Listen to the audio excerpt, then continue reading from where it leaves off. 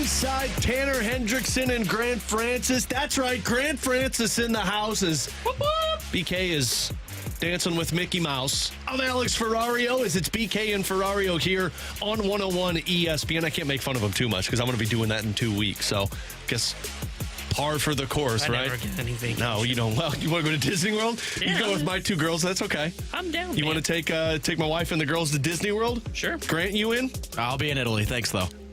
Oh, weird This flex. guy's just name-dropping Italy over here. Oh, I'll be in Italy. I will be in Rome. I'll also be in Italy and Rome, just at Epcot in Disney World, which I've heard is the exact same thing. Yeah, well, I'd prefer the real thing. The Blues will be an all-star break when Grant's in Italy and I'm on vacation and T-Bone's still working. But for now, they're getting ready to go to Washington, D.C.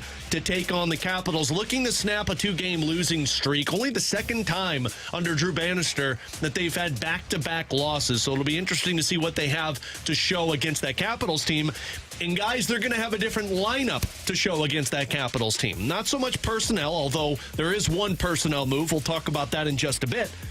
But Drew Bannister, who, as I look through my lines book, every single game, he's pretty much kept it the same. Now, he's made tweaks due to injuries. He's made tweaks due to like the third or the fourth line. But your top six, your top four pairings, that's all been the same under Drew Bannister. That's changing after that last game where we saw Kasperi Kapanen get moved up. So according to Lou Korak and Matt DeFranks, who are out at practice currently, your top line is Pavel Buchnevich with Robert Thomas and Jake Neighbors. Now, Jake Neighbors is playing there. Kasperi Kapanen was playing there in the last game, but Kapanen's hurt. Again, we'll talk about that momentarily. So it's Buch, Thomas, Neighbors. It's Hayes, Shen, and Kyrou, which they're interchanging Hayes and Shen as the centerman there. Saad, Walker, Sundqvist, Toropchenko, Alexandrov, and Blay. And on defense, you've got Letty Parayko and Krug and Kessel are put back together. Perunovic and Justin Falk are the other D pairing. So let's start there. Let's start with the defense. Because 2 games, and we talked about this yesterday, T-Bone, it did not look good with Krug and Falk.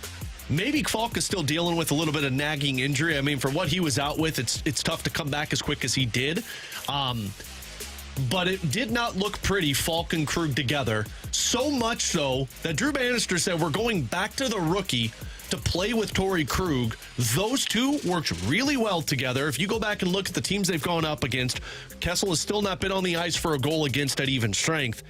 That's the D pair that I wanted to see Drew Bannister go with, because right now, Matt Kessel is getting the best out of Torrey Krug. Torrey Krug's getting the best out of Matt Kessel. I know it sucks because you see Falk and you say he's a third pair defenseman. He shouldn't be.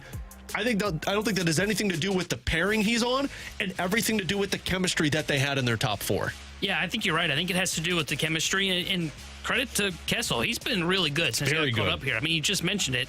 Has been on the ice for an even strength goal. And the Krug and Falk pairing, let's not just go with the last 2 games. Let's go basically since the start of the season. All season. It just hasn't looked great at all. At any point have I thought that the Krug and Falk pairing has been playing really good hockey. So you have them struggle early on. You get Falk that deals with an injury. Kessel comes in, and we talked about it. Torrey Krug played really well with Matthew Kessel. He has a stay-at-home partner, while Torrey Krug's the guy that's bringing the puck up the ice, trying to get in the rush and playing that offensive mindset, which is Torrey Krug's game. So went back to that Krug-Falk pairing. It looked terrible, let's just be honest, the last 2 games. I'm glad to see him say, you know what? If we're going to win, and they're trying to get into the playoff hunt, they've been saying that from the get-go this season, their best pairing, their best way to go into tomorrow night's hockey game and potentially for this next stretch here in January is to have Kessel in the top 4 because he's playing like a top 4 defenseman. And I'll be curious to see how Scott Perunovic and Justin Falk play, because they didn't really play much together when Falk came back from injury, because it didn't take long before Falk got shot up into that second pairing. I'll be curious to see what Perunovic looks like with Justin Falk, because he's another puck-moving defenseman. And I just mentioned how Krug, a puck-moving defenseman, struggled with Justin Falk on his right side. I'll be curious to see what Perunovic looks like with Justin Falk with him. For reference, Grant, before you give your thoughts, just looking at the Blues defensive pairings this season, according to MoneyPuck.com, expected goals against per 60 minutes. So they're averaging about the expected goals that get scored when this D pair is on the ice. The worst has been Perunovic and Scandella. They played over 187 minutes, and it's 3.16.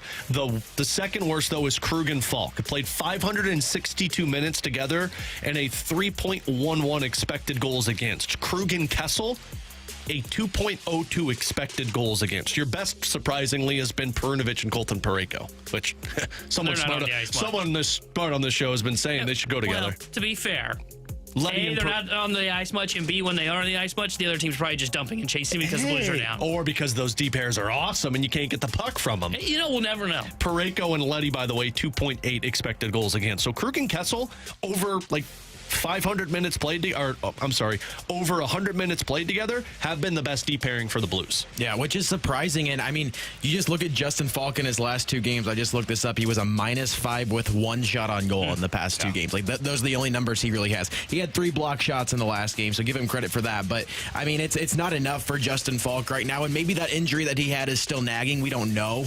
But I mean, at the end of the day, Matt Kessel is bringing Torrey Krug up, which, I mean, when you talk about a rookie, it should be the opposite. You should be talking about your veteran players bringing your rookies up. It's been the opposite. Matt Kessel has made Torrey Krug look better than he has. But I think he's been making Krug look better, and this is the credit to Torrey Krug that I think he deserves. Torrey Krug has played a lot with another offensive-minded defenseman. Justin Falk likes to get into the rush. So does Torrey Krug. Torrey Krug's game is off of the rush. The problem is when you've got 2 defensemen jumping into the play and jumping in on offense, one has to take a step back, and you're putting one in a tough spot that they're not normal to, they're not used to. Whereas now with this one, Krug has been able to look more like himself, the guy he was in Boston, because he's got somebody that he trusts has his back defensively. So if Krug chips in a little, 1, the forward's got to cover for him, but 2, Matt Kessel is back there. Whereas before, he chips in, Justin Falk is chipping in, you've got odd man rushes the other way. Are they great defensively? Maybe not. But Torrey Krug is benefiting his game because he's got a stay-at-home defenseman, Matt Kessel, also. And this is what we've been talking about for the past 2 seasons that the Blues have not had, is that stay-at-home defenseman that can just solely focus on the defensive side of the puck and not worry about the offensive side as much, which, as you said, is giving Torrey Krug more of an opportunity to do what he's best at, which he hasn't had the chance to do recently. And I also think about the accountability, which is something we've talked about ad nauseum lately. This is accountability. Like, Justin Falk has been playing great the past 2 games. Yeah. Matt Kessel has. Yes, he's a rookie, but he's earning it right now. That's the accountability, and I love it from Drew Bannister. Yeah, I do too. So the other one, and I don't know if you can use accountability because Kyrie's played well over these last couple of games, but I think it's an accountability on the entire offense.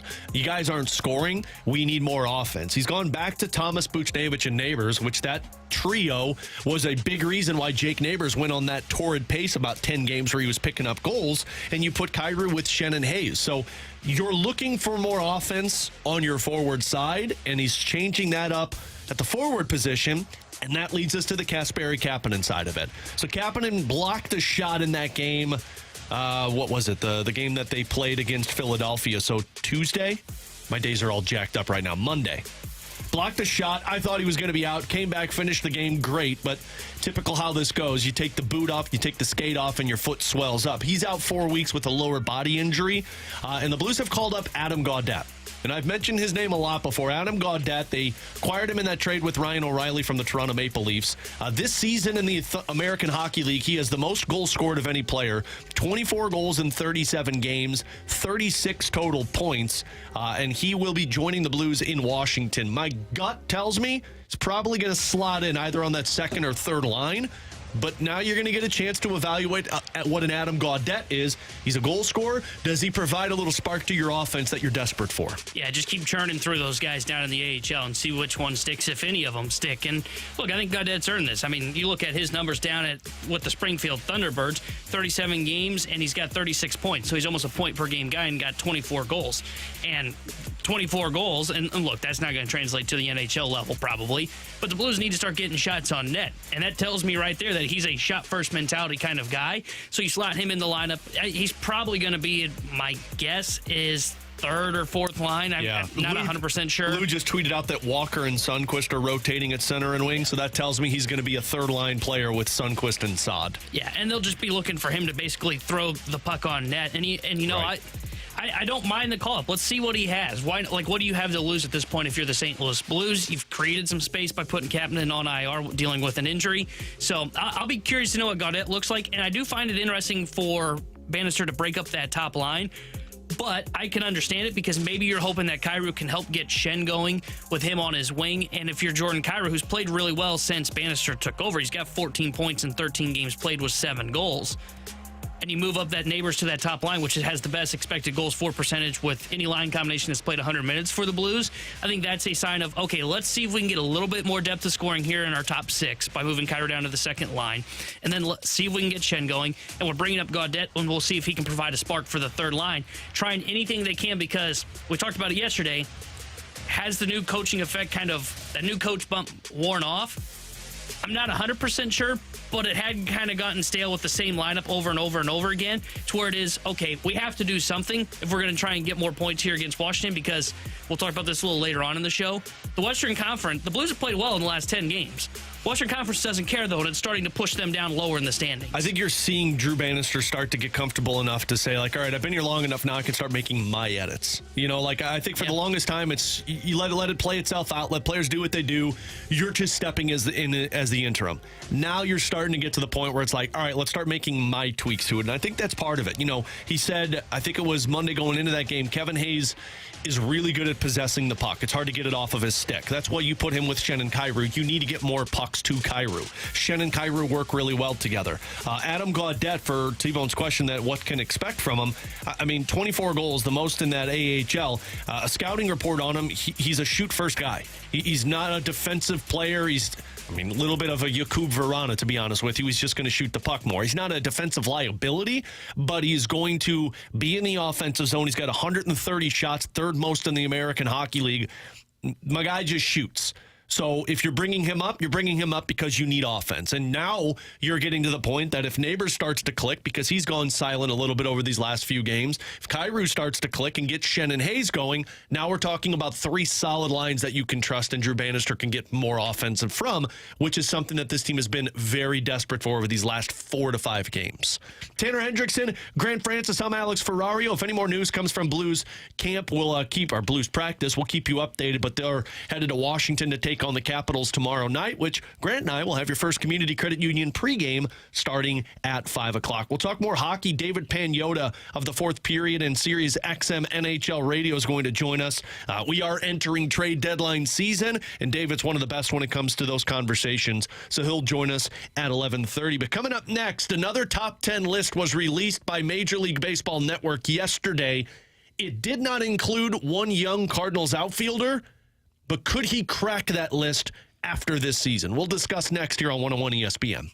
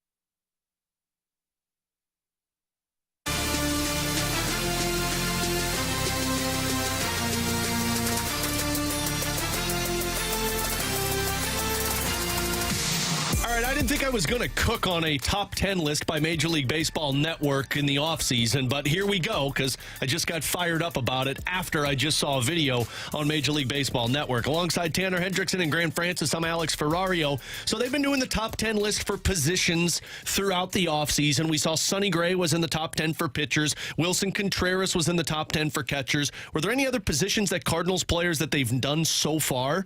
I don't think they've gotten any of the other positions. Yeah, so they just had their right field top 10 list on Major League Baseball Network, and on that list, Ronald Acuna Jr. makes sense. T-Bone's probably not going to like this one. Kyle Tucker was on this list, not a superstar. No, he's a superstar. You understand that now. Juan Soto. He's kind of overshadowed when I made that comment 2 years ago. Overrated, am I right? Juan Soto, Corbin Carroll, Fernando Tatis, who I'm assuming he's a right fielder now. He was a shortstop.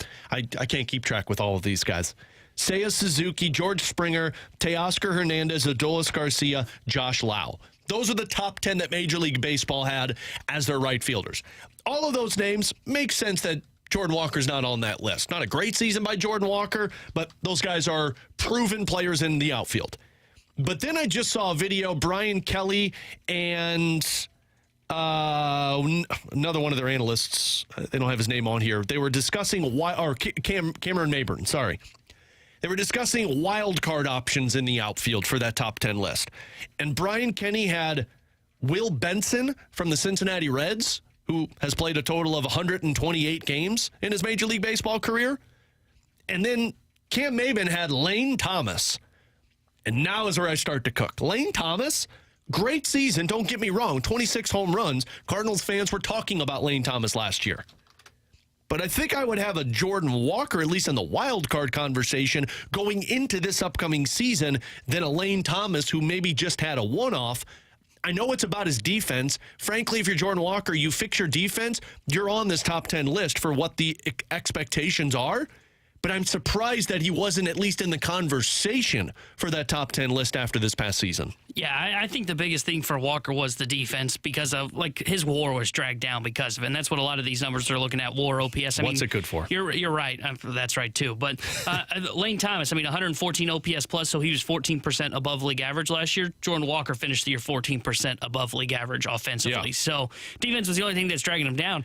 But, people are going to probably say this might be a little crazy, but Juan Soto, whose offense is incredible, by the way, his defense isn't any good. Yeah, but again, his offense is just at a completely different level. Yeah. And he's probably more of a left fielder at this point in his career, or he should be. Right. We'll see what the Yankees do. But I think it's not crazy to think that Jordan Walker could be like sixth on this list by the end of this season if his defense improves, and I expect his defense to improve. He mentioned at winter warm-up how he's been working with Jose Oquendo down in Florida this offseason to work on first step quickness, reading balls that are in the air. I thought last year, and you tell me if you think differently, I thought by the end of last year he looked really, I wouldn't say great, but he looked solid defensively out in right field. He looked comfortable. I wasn't nervous when there was a fly ball to him at the end of the season compared to at the beginning of the season. I didn't know how he was going to play it. At the beginning of the year, every time a ball hits right field, I went, oh boy, here we go. I didn't feel that way at the end of the year. So if his defense can get to average, above average, and then offensively he continues to take strides, I don't think it's crazy to say that he can be viewed as a top 10 right fielder in Major League Baseball. I think it's going to be tough to crack the top 5 of Tatis, Carroll, Soto, Tucker, Acuna. Yeah. But can he be better than Seiya Suzuki, who last year had an 842 OPS, was 24% above league average? I think it's possible we could see a 810 to 850 OPS from Jordan Walker and a guy that could get 25 home runs this season. I was just looking at Teoscar Hernandez and thinking 2 years ago, I could understand that conversation. Last year, although he had 93 RBIs, he hit 258 and his OPS plus was 106. So he wasn't anything to get excited about. And obviously his team didn't think so because he's a free agent right now. So Teoscar Hernandez, I think next year you could be looking at Jordan Walker being better than that player. Josh Lau was another one who had a good season, but I think it comes down to the defense for Jordan Walker. And if you get average and your power continues to showcase in the outfield, especially with this Cardinals team that so many are doubting if they're going to be good this upcoming year, if Jordan Walker's defense just gets to above average, I think you are talking about a top 10. Now, is he 7th or 8th on this list? Absolutely. But the projections and the expectations for Jordan Walker is, maybe he could climb up into that top 5. Because if your defense is average, Juan Soto, Fernando Tatis Jr. is showing you right there. If your offense carries your career, you're going to be in that top 5 conversation. Yeah, and I think for Jordan Walker, the defense is the most crucial part for him because, we've talked about it. If he's at the level he was last year defensively, then it kind of changes the whole equation for what this outfield looks like because then you may have to play Carlson a little bit more than what they're intending to right now. But I think offensively for him, you started to see it at the end of the year, and the Cardinals talked about it. I know fans didn't like it at the time, how he's hitting the ball on the ground too much. I don't think that's going to be an issue for him this year. I think you're going to see a little bit more of that lift, which is going to result in more doubles, more power in terms of going gap to gap, I would believe. So I don't think it's crazy to view him as a, league average defender and like a top 10 offensive right fielder. And what that would do for the Cardinals, like if we start to think about that kind of in like not just focus on right field as a position, but look at the Cardinals lineup. If Walker is a top 10 right fielder, and I think it's fair to think he should be, you're talking about just an incredibly deep lineup when you're looking at like that 2 through 6 in your order because you'll have Goldschmidt at first, who's still going to be a top 10 first baseman. Arenado's still a top 10 third baseman. Gorman may not be a top 10 second baseman, but he has just unbelievable power that adds an extra punch to the lineup. And then you've got Contreras, a top 10 catcher, and Jordan Walker, a top 10 right fielder. That's the making of a legitimately great lineup that can hopefully get you kind of to the promised land of the postseason, and then it just comes down to what your pitching does there. Here's a question for you that I had the thought, and then Lisa brought it up on the Air Comfort Service text line, 314-399-9646. She said he's a first baseman. With all the talk about Goldschmidt, the hesitance on both sides for an extension, do you think there's anything there? I don't think he's a first baseman. I think Burleson's your first baseman. Or if anything, if Arenado's still your Gorman might be your first baseman. I think Jordan Walker is your right fielder. Mostly because you're grooming him into that position. Like you spent the last couple of years working with him. He's just spent this entire offseason in right field. If you felt like he was your first baseman, I think you'd be seeing him at least take reps at that spot. I think they're going to solely dedicate the outfield to Jordan Walker this upcoming season. And a couple of people are texting in saying like, he was on the wild card for a couple of different analysts. Maybe I missed that, but I'm looking at MLB Now, and they have the ones that missed out. Carpenter with the Detroit Tigers, Santander with the Baltimore Orioles, Kepler with the Twins, Castellanos with the Phillies, Soler with the Marlins. You'll like this one. Tyler O'Neill with the Boston Red Sox.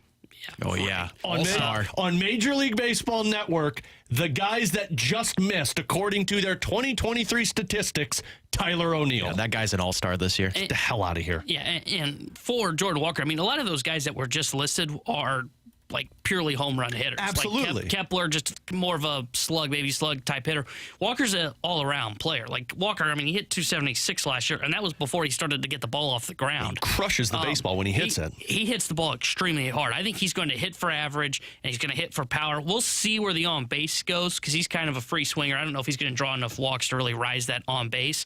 But to Lisa's point on him being a first baseman, I hate to say it, but he's the right fielder for the next at least 6 years in St. Louis. His time in St. Louis is outfield. I expect a contract extension for him because he's too athletic. Look at him. He's a freak of nature when he's on the base pass. I know he stole only 7 bases last year, but you saw the speed in Jordan Walker. Right. And once he starts to get down and gets more reps in the outfield and starts to get a better idea of how to get the reads right once the ball comes off the bat, he's going to be an elite defender in terms of his closing speed, and he's got a cannon of an arm. So I think he can become a great defensive right fielder.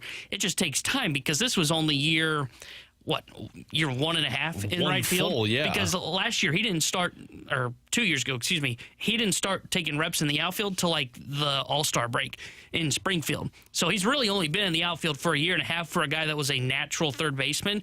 And when you look at a first baseman, and this isn't like a shot against Goldie, but most of those guys just don't have an arm and don't have any type of real range.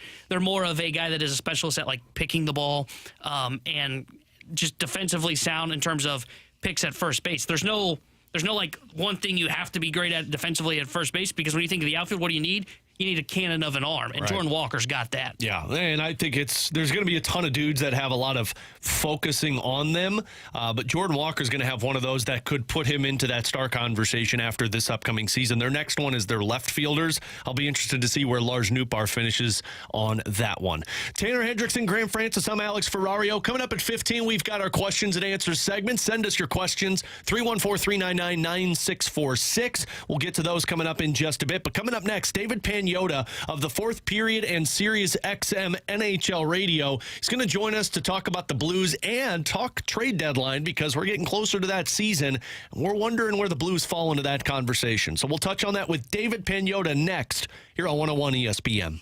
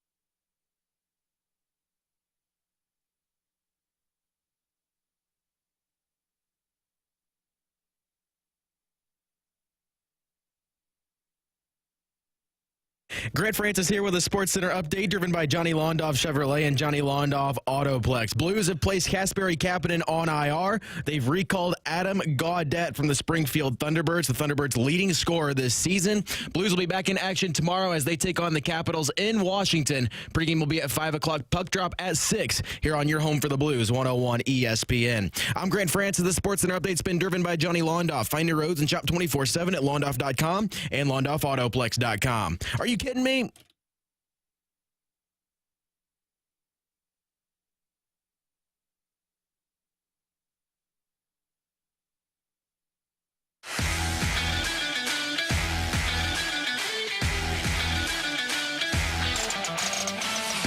Alongside Tanner Hendrickson, Grant Francis, I'm Alex Ferrario, as it is BK and Ferrario here on 101 ESPN, under 2 months away from the trade deadline, which seems like, why the hell are you bringing this up right now? But you know how it goes. Once you get out of that Winter Classic, the Christmas break, everybody starts talking trades, and one of the best covering the trade front in the National Hockey League is our good buddy David Pagnotta. He's the editor-in-chief for the Fourth Period. He's also a host on Sirius XM NHL Radio and on NHL Network. You could follow him on Twitter at The Fourth Period. David, it's great to catch up with you, sir. How are you?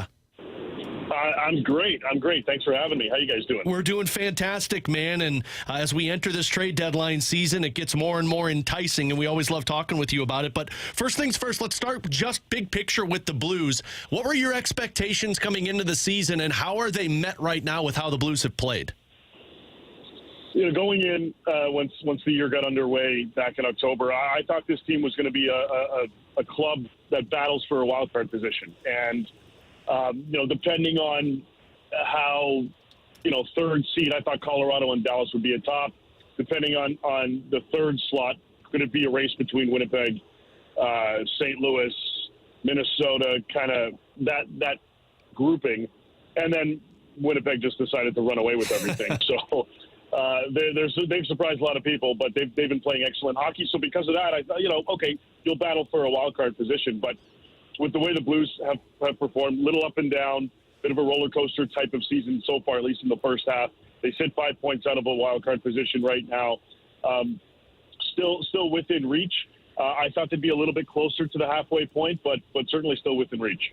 Well, you mentioned 5 points out of wild card spot right now, and their last 10 games, David, 8 of those 10 games have been against playoff teams, and they've gone 5-4-1 in that stretch. But yet, before that 10-game stretch, they were 3 points out. Now they're 5 points out. Do you feel like the Western Conference is starting to kind of push them kind of lower and lower and push them more towards sell mode once we get to the trade deadline?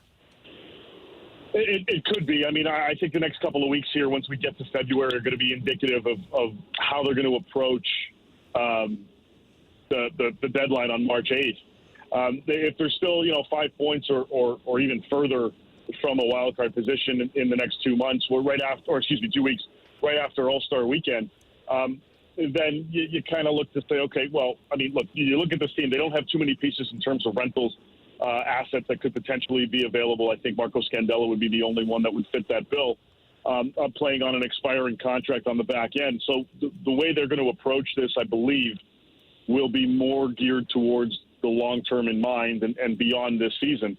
But if they're within striking distance, in a couple of weeks' time, a few points out, something to that effect, then that may shift Doug Armstrong's mindset a little bit and put him more so into the trying to add now, not necessarily be big players from a rental market perspective from trying to add, but it may escalate as part of his search to further improve this roster for the now and beyond this season. I think that's the primary mindset going into this deadline season for the St. Louis Blues. We're talking with David Pagnotta, editor-in-chief for the Fourth Period, also Sirius XM, NHL Radio, and NHL Network. David, you mentioned kind of the clutter that is the Western Conference right now, and let's go down the hypothetical path that the Blues kind of trail off a little bit, but everyone else around them is fighting for a spot. Does that push teams into a position to where they might be more willing to look at long-term contracts at the trade deadline because maybe there's not as many sellers as there typically is if a lot of teams are in a playoff spot? Yeah, I mean, one of the things we've noticed over the last few years is some teams not only looking to get guys on expiring contracts, and a lot of it obviously is circumstantial, but bringing in a player that may have another year left on the contract, may have extra terms. So you're not just, if you feel you've got a window to compete and it's beyond this year, it's not just this season, it's next year and the season after that, then some teams are a little more inclined to go after a player with a little bit of term left on their deal so that you have that guy for not just this potential playoff run, but next year as well. So, again, I think from a Blues mindset perspective, I think this is more geared towards whatever they end up doing. If there's anything of major significance, I think it's going to have an impact as much as it would now as it would in 2-3 years from now. I think they're going to be looking at something that is more, I guess, both now and future rather than strictly the now. Looking at what they're doing, we know Army's never afraid to make a big impact type of move, and we could see some creativity from his perspective if something kind of bounces his way. And I know it's early in this trade deadline conversation, David, but you mentioned them being creative and looking for the future. Can you see them doing a little bit of buying and selling, maybe looking for a defenseman that could fit long-term in terms of sliding into their top four and being kind of a buyer like a Jacob Chychrun potentially? Potentially. We certainly know, going back to last season before Chychrun, specifically him, before he was traded to Ottawa from Arizona a little over 10 months ago, actually. St. Louis was a player for him. They were engaged. They had interest. Now, his name is out there again. Ottawa is willing to listen from what I've been told, and they're not going to shy away from that. Doesn't necessarily mean they'll make a move now, but this is the type of player with 1 year on his contract that, contending teams could look to. Well, this is twofold. One, if you're a contender, you're looking at him now and next season for playoff runs. And aside from that, you're also looking at the potential of bringing him in long term. He's eligible to sign an extension July 1st. If you feel confident he could be a player for you that you can sign to a longer term deal, then I think that's something that they would potentially explore. At the same time, because they have the Blues do a strong presence on that back end and a lot of money invested on that back end. If they do make an impact move for a defenseman, I believe one of the core guys right now would likely be on the outs. Not necessarily in the same deal, but don't be surprised. And their names have been out there before. Certainly, Torrey Krug, Colton Parayko. Don't be surprised to be hearing them again over these next few weeks. Final one for David, because I know you're tight on your time here, David, and we appreciate you hopping on with us. Who are those names, other than Parayko and Krug that you just mentioned, that you believe would be intriguing to other teams around the NHL? Well, I think it would be a combo of intriguing to other teams and also the Blues and Doug Armstrong's willingness to potentially part with them. Certainly, look, teams inquire all the time about, some of the top assets on clubs. I think from a realistic side of things, you're probably looking at, somebody like, again, going back to the model of an extra year on their contract, somebody like Pavel Buchnevich, for example, who has another year left on his deal beyond this season, potentially a player that, some teams would look at as an option. There are a few other pieces. I know Kevin Hayes' name's out there a little bit. He's got 2 extra years on his contract. I think whether it's modifying the decor or trying to bring in some additional offense or secondary scoring to this group, I think the primary names with guys that have term that would be out there are guys that, we just talked about. I mentioned both Parayko and Krug. I think up front, I'm not anticipating too much from them in terms of bodies leaving the forward grouping, other than maybe a team looking at a guy like Buchnevich with another year on his deal, and maybe they're willing to pay a bit of a premium to pry that asset out of St. Louis. Other than that, I think in terms of core guys, again, don't be surprised over these next 6 weeks or so to hear a little bit more out of Parayko or Krug's name. David, always appreciate the time, my man. People can follow you on Twitter at The Fourth Period. I know we'll be talking again as we get closer to the March 8th trade deadline. Definitely. Thanks so much, man. Awesome. There you go. David Pagnotta, editor-in-chief with the Fourth Period, host at XM NHL Radio and NHL Network. And, just to what he was talking about, the Fourth Period has a trade watch list, a top 25 in 2024. It's the main reason why we got him on, because, yes, it's very early to talk trade deadline, but they've got one out. Frank Saravalli with Daily Faceoff has one out. And to his credit, Colton Parayko's on that list. Torrey Krug's on that list. Now, I highly doubt Colton Parayko is going to get traded. Agreed. Actually, I would say it's not happening because of how he's played this season. But, Torrey Krug, Nick Leddy, you heard him mention Pavel Buchnevich's name. We've brought it up. You don't want to talk about it because you've seen a lot of improvement from these guys. But on the flip side, and we'll get into this a little bit later, this is how you expedite exiting out of the retool, is you trade pieces that other teams find intriguing at this time. Yeah, I found what he said there at the end there about, wouldn't expect much movement from the forward group. I find that to be a little bit interesting because not so much for the fact that do they have appealing pieces in the forward group in terms of like rentals, not to the extent that they did last year where they had Barbashev, O'Reilly, and Tarasenko. But could someone have some interest in a captain to be brought in as like a fourth liner, third liner for their team? But the ones that we talk about are the ones with term. Brandon Saad, you heard him mention. Yeah. Kevin Hayes' name's kind of floating around out there. It was on Saravalli's trade list. Yeah, and Pavel Buchnevich is the one, of course, that's going to be the most intriguing. Right. And I think if you're the Blues, you're telling teams you're holding on to Pavel Buchnevich unless you get the Godfather offer. And there will be teams calling about appealing. Buch. Yeah, and that's what's going to be interesting as we get closer to the trade deadline. And the Blues, if they are sellers at that point, which I think it's kind of trending that way, and it's not because they're playing bad. It's just everyone around them's playing everybody great. else is kind of pushing them lower in the Western Conference. But he mentioned they could probably get a premium haul for Pavel Buchnevich, and I think he's right. If the Blues decide, you know what, not sure if Buch is in our future, he's the guy that they're going to get the best return on, and he's the guy that I would circle right now of. He is the most fascinating case to hear what the Blues decide to do with him once we get to that March trade deadline. Absolutely. And it's an opportunity to buy and sell at the same time. And again, we'll get into that a little bit later on in the 12 o'clock hour. Tanner Hendrickson, Graham Francis, I'm Alex Ferrario. We'll get to your questions. 314-399-9646, our Air Comfort Service text line. Also our YouTube channel at 101 ESPN STL. Cameras, which are presented by Air Alliance Team. You send us questions. We'll answer them next year on 101 ESPN.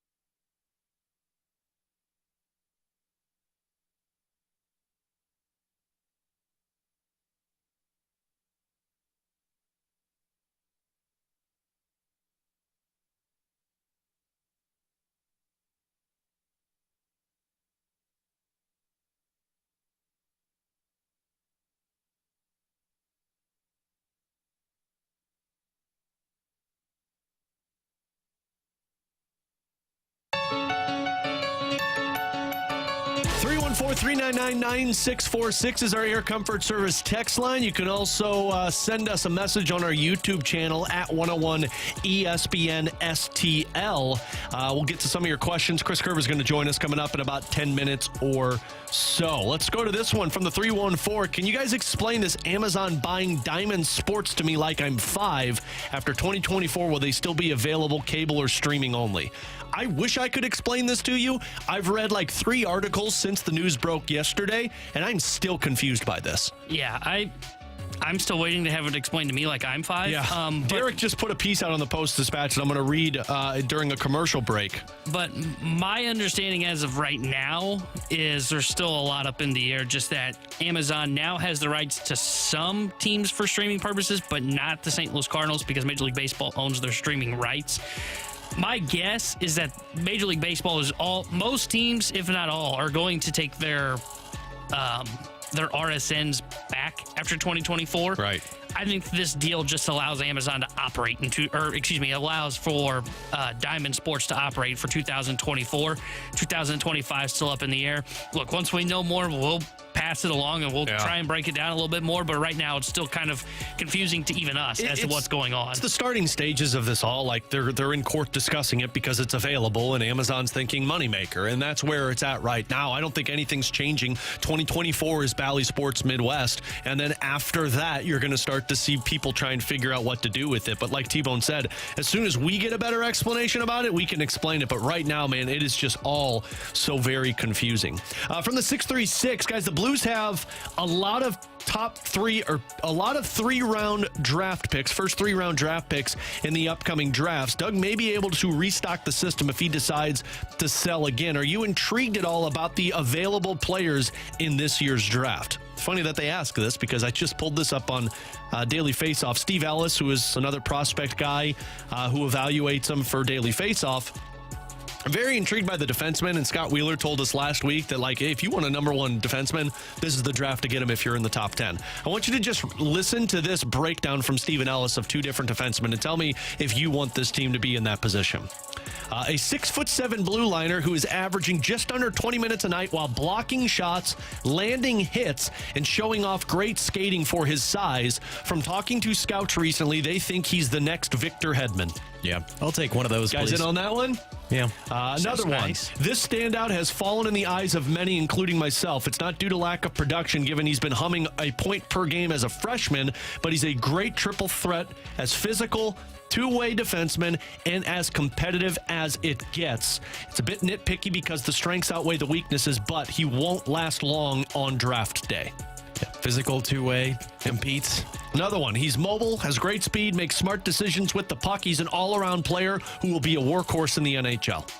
Those are the 3 best defensemen available in this draft that they have ranked 6th, 7th, and 8th. So, I like it. Look, I want this team to make the playoffs because I want something exciting to watch. I'd love to see them go on a run.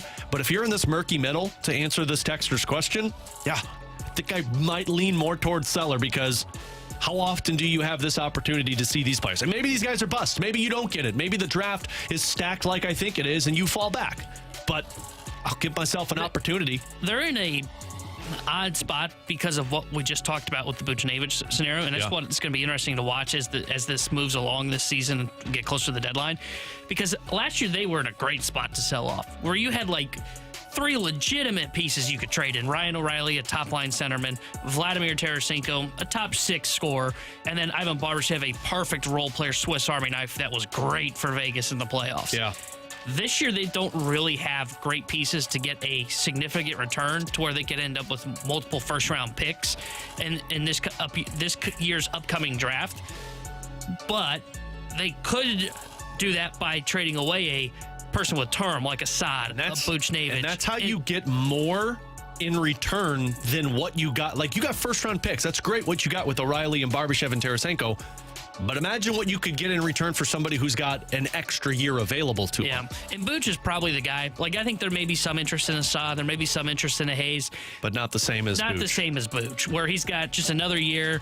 The cap hit's not too bad for a team if they're looking to acquire him at the deadline. He's the one that would be the one that would get them the most return. And, hey, the Blues may say, hey, we still think Buch is a part of our future. Yeah.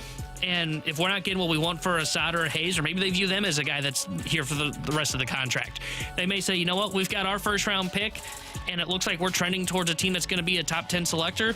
We don't need to make any other moves. We don't need to necessarily sell off a ton of pieces. They may just sell Marco Scandella and potentially like a captain who's a free agent to be, and call the deadline done. That may just be all they do. And I will say, Alex, like the Blues are kind of in the spot that we were terrified that they would be in right now, which is they've become sort of like that Nashville Predators team that was right on the outside of the playoffs. Not bad, but not good enough to make the playoffs. Like, in all likelihood, if you give me the most likely scenario for what happens to the Blues at the end of the season, they're probably in the last or second to last team that is right outside of the wild card picture, which is the worst possible place to be because you're not getting a great first round pick, but you're also not in the playoffs. So, I mean, that's like the worst possible place to be right now with all these defensemen coming in the first round, likely going top 10. That's going to really suck if the Blues are outside of that and not in the playoffs. And what's so wild about it is, again, you're 5 points away from a playoff spot, but Calgary's won 4 in a row, 7 of their last 10. Seattle's won 8 of their last 10. Arizona has been a 500 team since. Minnesota just won again. Edmonton's won 11 in a row. Nashville's been about a 500 team. All those teams are ahead of you. You're 5 points away from a wild card spot, but you're also 2 points away from being a bottom 6 team in the NHL. And does that change over the next 6 weeks? Probably. But does it change for better or for worse for you compared to what everyone else is doing in the Western Conference? That's the bigger question. That's also the question we'll ask Chris Kerber, voice of the Blues, who is going to join us next, as he's got to hop on a plane to head to D.C. So Chris Kerber will join us next on BK and Ferrario here on 101 ESPN.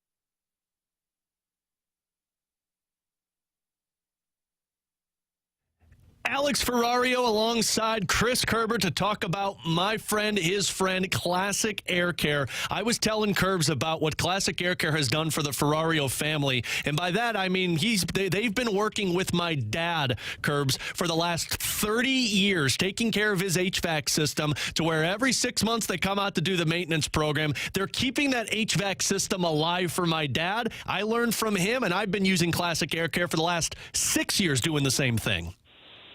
You know what was really cool when you go over there and you meet with them, Alex? You find out that some local companies that have been longtime local companies that are now part of Classic Air Care, they've kept the logos of their companies. They kept the employees. They've kept the technicians. So even if you've had a local company you've been working with and it's now Classic Air Care, there's a good chance it's the same technician that you've gotten to know coming to your house that's going to keep coming to them. And this is one of the things I love about the culture of a company like this. If they've taken over a company or they started working with another local company, they don't necessarily will all show up they'll show up in the Classic Air Care blue shirts, but the company logo of the local company they've been a part of for so long is on their sleeve. Like, they've honored that. And employees that come over, they keep their tenure, their seniority that they had with the team. It's the way they treat their employees is really impressive. And why is that important to me? Well, it's important to me because if you treat your employees that way, you know you're going to treat your customers that way. If the employees are treated that way, they're going to treat the customers that way. They take that kind of care and pride. So this is the time of the year where the furnaces are going to go down. You need to call somebody. Call Classic Air Care. You can find them online as well at classicaircare.com. And you know that if I'm inviting them into my home or Alex is inviting them into your home, you can have the confidence that you're going to get the job done right by great people that care about the work being done. And that's what matters most. It's classicaircare.com.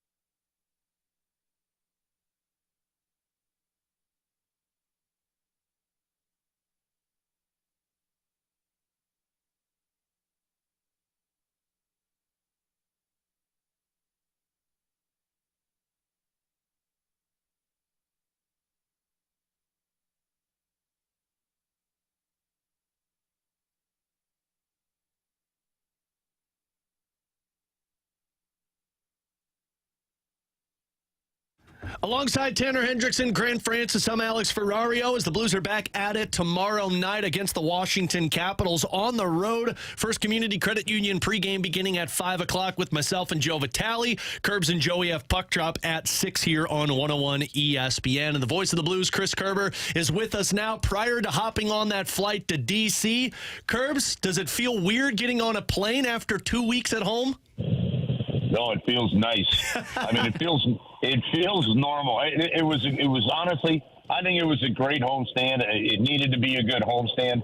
That stretch from the middle of November right up to the week before Christmas was not even just all because it was on the road, but even the time at home was short as the Blues didn't have more than a one-game homestand, and they played a stretch of 17 consecutive games in different buildings, which is phenomenal. I mean, that really is quite a nugget. So, nope, feels good. We'll go out to D.C.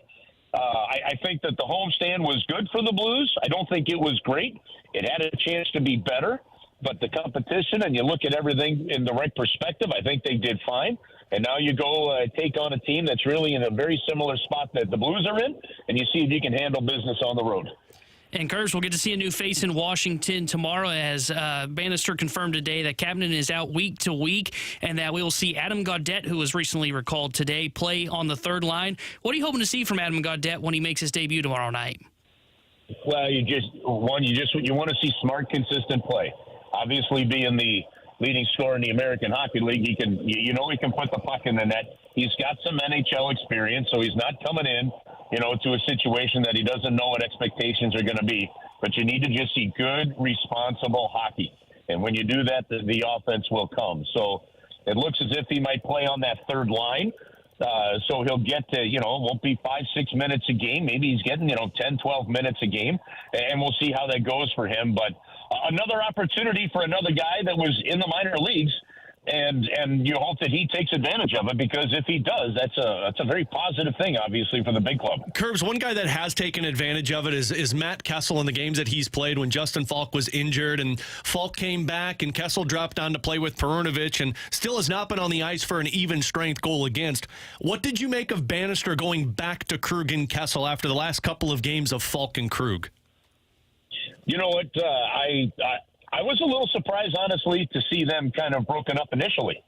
So Same. I thought that Matt Kessel played pretty well there. Now, look, Justin Falk is Justin Falk, and so you're going to work him back into the lineup, and you got to get him up to speed, and you also have to get him into some situations so he gets back used to him after being out for a couple of weeks. So I think that's really important. But there seems to be something pretty good about the righty-lefty matchup scenario through all three pairings, which is something the Blues haven't had much of, and I like the look of it. But to your point, Alex, I mean, you have to give Matt Kessel all the credit for that. He, when we talk about a player coming up and trying to make an impact and wanting to make an impact, he did exactly what you're supposed to do. He got in the lineup. He's played very well.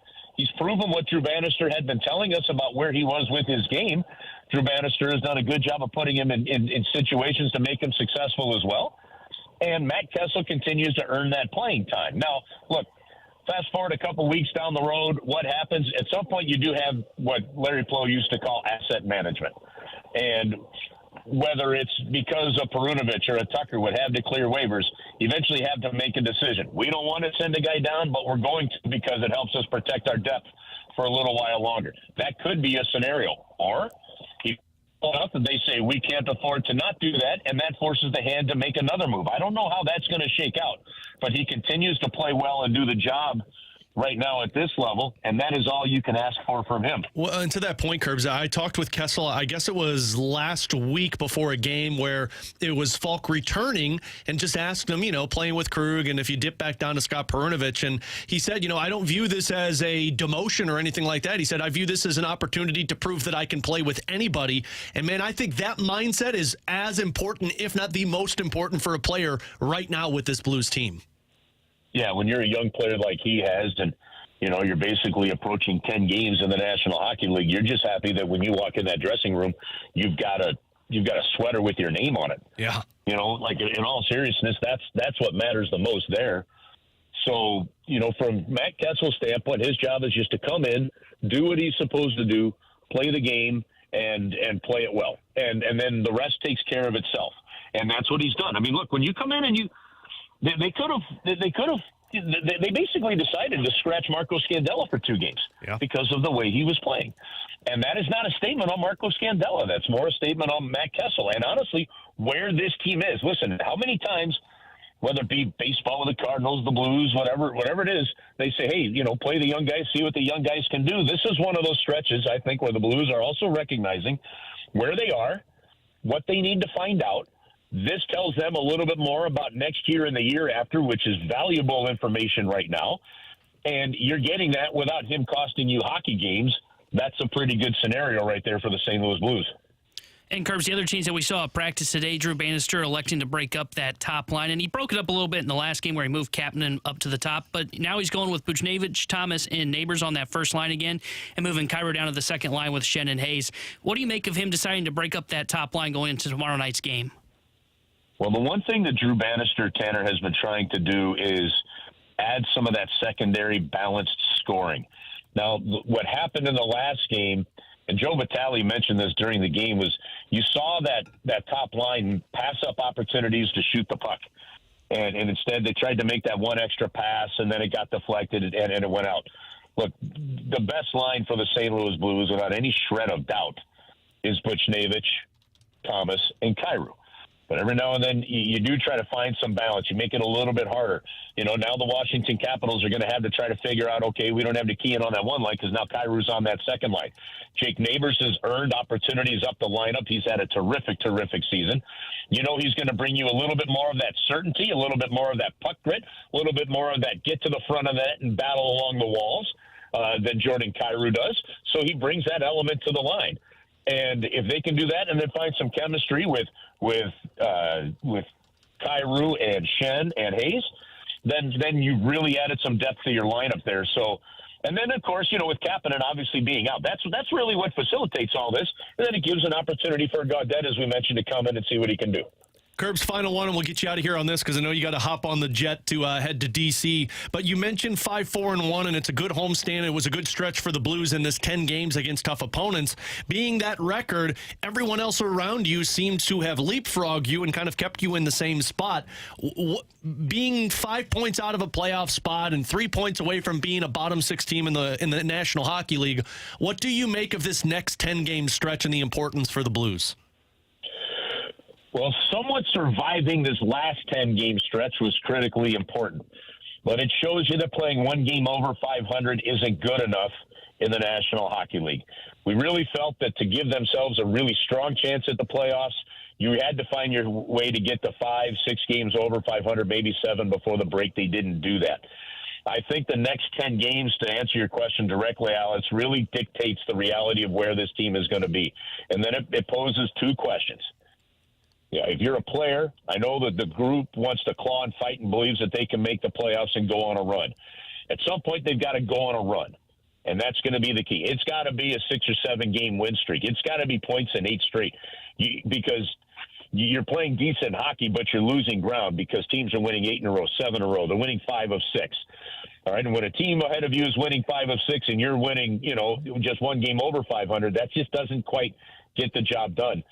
And then at some point, as you approach that March trade deadline, I believe it's March 8th, as you get through that, because remember, right after this next road trip and stuff, you're going to have that long break for the All-Star break and the bye week, right?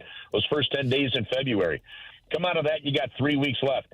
Then the Blues have to decide, what do we have, what do we look at to the future, and what do you do? And there's 2 ways of looking at it, guys, and this is blunt, and some like it, some don't.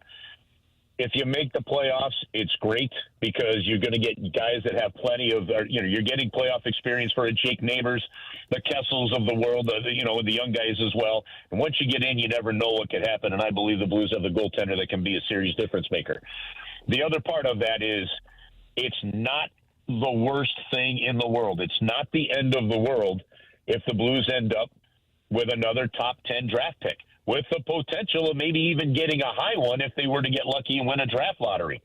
You saw the talent that they drafted last year. You've seen what happens. And I would encourage everybody to go back and look at the Boston Bruins and where they are now and where they were from 14 to 16, just 3 years after after winning the Stanley Cup. They missed the playoffs by 2 years, and then it was in that second draft that they ended up with the Trent Fredericks and the Charlie McAvoy. So if we're talking 4, 5, 6 years down the road, or even playoffs, even after next year, maybe, it's not the worst thing in the world to end up with a top 10 pick this year, even though I realize that some people don't like to hear that. Yeah, well, we just talked about that too. Scott Wheeler, who covers prospects for The Athletic, was with us last week and said, if you want a number one defenseman, this is the year to get it in the top 10. So an interesting position for the Blues to be in after picking top 10 last year and getting that forward that was Dalibor Dvorsky. Curbs, always appreciate the breakdown in time, my man. Enjoy the flight to D.C., and we'll talk to you from the road tomorrow night with our first Community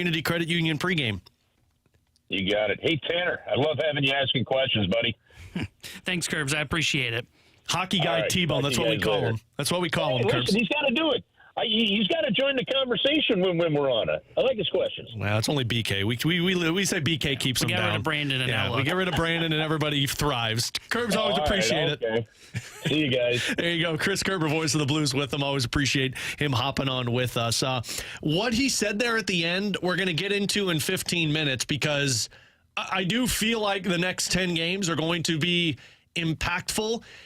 And even if the Blues go on a plus 500 record, I'm not sure it does anything for them because of the other teams around. And we'll explain in 15, but coming up next, more likely to happen, 314-399-9646. We'll give you a scenario. You give us a scenario, and we'll tell you which one's more likely to happen next here on 101 ESPN.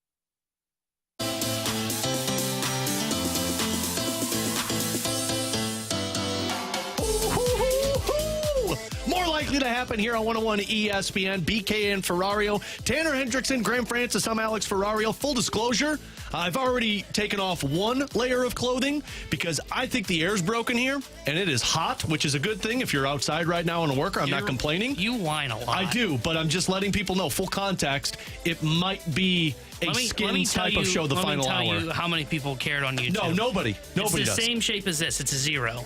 0. 0. I care because I'm in the same boat right sweating now. Too. You are too. You're just trying to be the tough guy here. Really bad day to not wear a shirt. I'm losing weight right now. That's what I'd say. All I'm saying is, if I get down to skins, it's not on me. It's on the air conditioning. So just don't be upset with that one. More likely to happen, fellas. Send us the 314-399-9646. We'll tell you which one is more likely to happen here on 101 ESPN. More likely to happen, the Blues sell off Pavel Buchnevich or one of their top defensemen, or the Cardinals sell off Goldie or Arenado by the trade deadline this year. I think this one is easy for me. Sure it is. It's the Blues sell-off, Buchnevich. I'm very critical of the Cardinals. I'm not going to sit here and pretend that they're a 100-win team. I think they're like an 85-90 win team and can win the division. But the thing for me is the Reds, the Cubs, they're all right in that same boat. So even if the Cardinals are just like 500 at the deadline, they're not going to sell off a Paul Goldschmidt or Nolan Arenado because they're still in it probably. For the Blues, I mean, we're going to talk about it here in 15 minutes, and Kerber's mentioned it. Like, this next 10-game stretch basically probably determines if they're sellers or buyers. Well, mostly just sellers are not doing anything, I guess is what I should say. And I don't see them being able to change Doug Armstrong's mind because I think it's already determined that he's a seller. I don't know if he's determined if Buch is going to be a part of that sell-off or not. But I just don't see the Cardinals being sellers, so I think it's easy. I think it's Buchnevich's dealt. Yeah, I agree with you. I think it's the Blues. We've seen how aggressive Doug Armstrong would like to be. We saw what he tried to do with Torrey Krug over this past offseason, fell through, but regardless, the desire was there to be aggressive with selling off pieces, and if the Blues are in a similar spot this year where they're not trending towards the playoffs and everybody else is still building around them, then yeah, I think it's going to be the Blues that's more likely to sell. It's so weird, too, because a lot of people view Pavel Buchnevich, and rightfully so. I mean, he's been an incredible player, but we got a text when we were talking about it earlier saying, you idiot, you don't trade your best goal scorer. Is he your best goal scorer right now? And I'm genuinely asking that question. I'm not being facetious or sarcastic. He's got one goal in his last 10 games, and it's an empty net goal. And sure, he could be snake bitten all you want, but Buch has been sporadic this year. And I said, are you willing to go to the 8.5 plus? That's the thing. It's more than $8 million, especially with the cap going up. You don't think other teams realize the cap is going up? Are you willing to go there with that guy? And I said that so negatively, that guy. Are you willing to go there with somebody who's inconsistent when your team needs consistency right now? So, yeah, I think it's more likely the Blues in that scenario because I don't know if you pull it off in season. I don't know if you pull it off in the offseason because of the and then Buch doesn't have does he? I think he has a modified no trade. I think you're right. The no trades, the big cap, like those are impactful. But I also think because the Western Conference is so muddied that there are going to be less teams selling, which makes the Blues a little bit more enticing. Here's the thing, too. His contract's up in 2 seasons, and the Blues likely aren't going to be competing for a Stanley Cup in that time range. So either you re-sign him or you need to move him and get something in return. Because if you don't sign him, I mean, if you do, you're going to have $8.5 million on the books. If you don't have to re-sign him and you don't have that, then you can use that money elsewhere and maybe go out and get a top defenseman that we've been talking about the Blues really needing lately. T-Bone, what do you got? Guys, more likely to happen. The Cardinals have a top 10 bullpen in baseball or a top 10 rotation in baseball? Bullpen. There's no way their rotation is top 10. You'll have one guy who is good, maybe great. Other than that, regression. Maybe they trade for Cease. Yeah, sure. Well, I know they're going to get a starter. What's the mindset from the front office? Is it Bill DeWitt's mindset or John Mozeliak's mindset? Because then I'll tell you if that's going to happen or not. I wish I could tell you the message is confusing. Yeah, very confusing. Regression for Miles Michaelis, regression for Lynn, regression for Kyle Gibson, and I don't know with Steven Matz or Zach Thompson. So it's bullpen. I think your bullpen could actually be what they're hoping it can be. Question on that is going to be how much are you using it and what's the health status towards the end of the year. Yeah, and I agree too. I think also it's easier to add pieces to the bullpen if needed rather than the rotation. So if they are going to add another piece, it's going to be to the bullpen, not to the rotation. Yeah, I agree with you guys. I think it's more likely that it's the bullpen. If I'm being honest, I'm skeptical if both will be top 10, if any one of those will be top 10. I mean, the easiest answer is the offense is probably going to be top 10, but not the pitching. The bullpen, they've got upside. They've got some upside in the pen. And like you said, Grant, they can add another arm, whether it be now in the offseason still. It sounds like they still want to add somebody to the pen, or they can go get somebody at the deadline that would help them out. For the rotation, it's just hard to figure out what the path is to get there. You know, like Sonny Gray, you expect him to be good. Miles Michaelis, if he has a bounce back year, okay, now we're talking. You got kind of a 1-2 punch. I still would view Michaelis as a 3. It's tough to even project that Matz is going to pitch well. He didn't once he got back in the rotation, but can he do that and stay healthy for a full season? And then Gibson's been below league average for most of his career. And then Lance Lynn, even if he cuts down on the home runs, I just don't know if he can be a guy that can really prop up the rotation and by the numbers. So I definitely think it is more likely the bullpen. Grant? All right, this is not exclusive to this season particularly, but more likely to happen, the Blues look into trading Jordan Kyrou or Jordan Bennington at some point. Ooh. I mean, I guess if you're the Blues, you look into both. My gut would say you look into trading Kyrou is more likely, because I don't know if you look into trading Jordan Bennington until you're ready to start winning. And I know that sounds weird for me to say, because when you're winning, you want him. I mean, me personally, you know me, I'm the biggest Bennington advocate. Same. He's not going anywhere until his contract is done, because he gives you the best chance to win every single game. He's a gamer. But if the Blues were in that mindset that said, okay, we're in that winning window, Bennington has regressed because of age, and Joel Hofer's ready to be the number one, welcome to cap flexibility that we just talked about. That's $6 million that you could get a haul with, because other teams need that type of goaltender.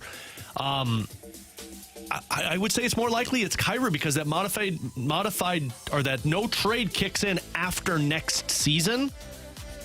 And if you've gone 3 full years of him being a top line guy and saying, man, he's just not the player we thought he was, you'd be more likely to look into that than Bennington.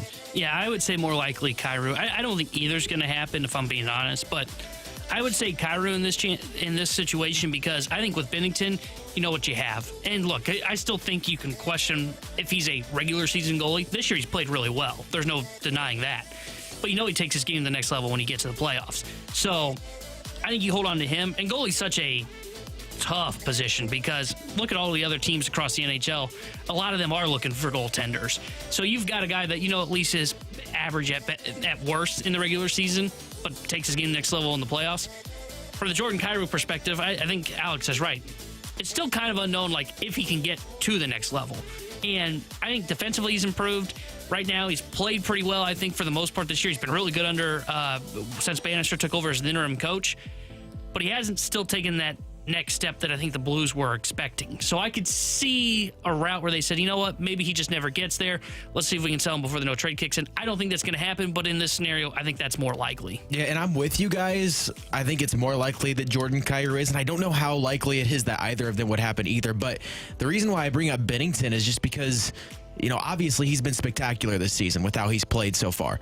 But do you believe that you're going to be in contention again under Jordan Bennington? And by the time you do get there, Jordan Bennington's going to be what, 33, 34? Mm-hmm. So where do you think he's going to be at that point? So it's like when the Blues are ready, where will Jordan Bennington be? And you're basically selling high if you look to trade Jordan Bennington right now. And on top of that, you have teams like Toronto and Edmonton that are pretty much set. They just need goaltending, and they would probably pay a king's ransom for it right now, and they just don't have it. So it's an interesting conversation, but I do think it would be Jordan Kyrou. Yeah. Let's get to a couple of these on the Air Comfort Service text line from the 618. More likely Cowboys fire McCarthy, or he's coaching the team next year? It's more likely that they're keeping McCarthy, and he's going to be coaching next year. I mean, I know how Jerry Jones works, and he's going to be like, no, we're going to back this guy because he's the guy that can get us there. I mean, look how long they stuck with Jason Garrett. And, I mean, yeah, this coaching crop is great, but I'm not sure Jerry Jones is going to be willing to walk away from Mike McCarthy. So I think they're just going to stick with him and keep it going. I think you're right, and I think it's the wrong decision. Oh, I agree. It's a terrible decision. Because I think if they're going to fire him, he'd already be fired. I don't know what they're waiting for. What do they benefit by waiting? because all the top candidates outside Vrabel we've not heard much on yet. I don't even know if he's interviewed for a job yet. Belichick has interviewed with the Falcons. It sounds like the Falcons are ready to go big fish hunting for their next head coach. Harbaugh has interviewed with the Chargers and the Falcons already. So that's two of the top three candidates at this coaching cycle. What are they waiting for? Because those names are going to come off the board pretty quickly. I expect those names to come off the board before the Super Bowl. So why would you wait? I think if they were going to fire McCarthy, it would have already happened. So I think it's more likely he's coaching them next year. God, I still think they're going to fire him, though. They've got to make some sort of change after the postseasons that they've had. They're at that point where it's been multiple years under McCarthy where the same sort of thing is happening every single season. And are you going to make a change at quarterback? Probably not. Where's the change going to be? And if you just run it back, I don't know. That's insane. That's literally the definition of insanity. The thing about it is, I think if you were going to move on from him, you'd have fired him by now. I get that. Because you would have started having conversations with other coaches, and I'm not sure, unless that Jerry Jones is having those secret meetings with people and they realize it's going to happen, but they got to do their due diligence with other teams. I think you would have done it by now and started looking. And the fact that you haven't tells me that Mike McCarthy's going to be back next season, which, again, is not the right move. Tanner Hendrickson, Graham Francis, I'm Alex Ferrario. Coming up next, Kerb's talked about how the Western Conference is kind of pushing the Blues into a pivotal decision. The next 21 games leading up to the March 8th trade deadline is not an easy task for the Blues. Frankly, it's just as difficult as what they just accomplished. But does it not matter because of the other teams around them? We'll discuss that next on 101 ESPN.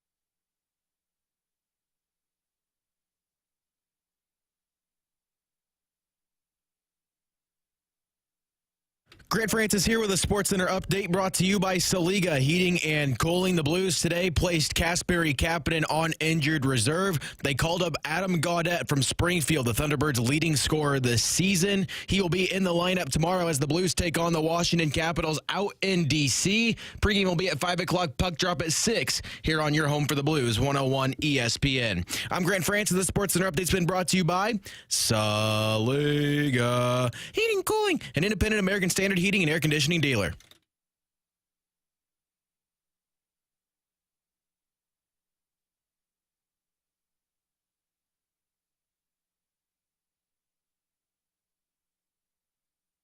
Well, somewhat surviving this last 10-game stretch was critically important. But it shows you that playing one game over 500 isn't good enough in the National Hockey League. We really felt that to give themselves a really strong chance at the playoffs, you had to find your way to get to 5, 6 games over 500, maybe 7 before the break. They didn't do that. I think the next 10 games, to answer your question directly, Alex, really dictates the reality of where this team is going to be. And then it poses two questions. Yeah, if you're a player, I know that the group wants to claw and fight and believes that they can make the playoffs and go on a run. At some point, they've got to go on a run, and that's going to be the key. It's got to be a 6 or 7 game win streak. It's got to be points in 8 straight.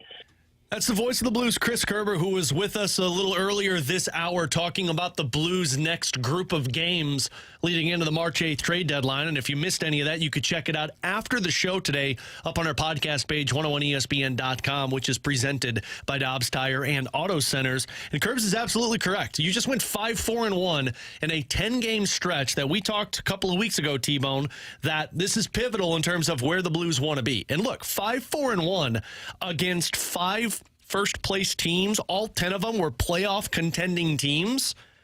And going 5-4-1 is a position that you look at and you say, damn, that was a good stretch by the Blues. But that's if you've already padded your lead. You didn't. You were already a middling team, and you had a middling record, 500 record, and you stayed in that same spot. Actually, you dipped a little bit because going into that stretch, you were sitting in like 5th place, a few points out of a playoff spot. Now you're still a few points out, but you're 5 points behind Edmonton and Nashville. And while you win 5-4-1, Edmonton went 11 in a row, 10 in a row if you want to go the 10-game stretch. Nashville went 5-4-1, so just kind of stayed middling. But remember, they went on their win streak earlier this year. Calgary's won 7 of their last 10. Seattle won 8 of their last 10. And you and Arizona were a 500 team. It's not good enough. And I just looked at this after Kerbs had said this because I was curious what the Blues' rest of the schedule is. And, you know, we always break it up into 10-game increments. They get 21 games before the March 8th trade deadline.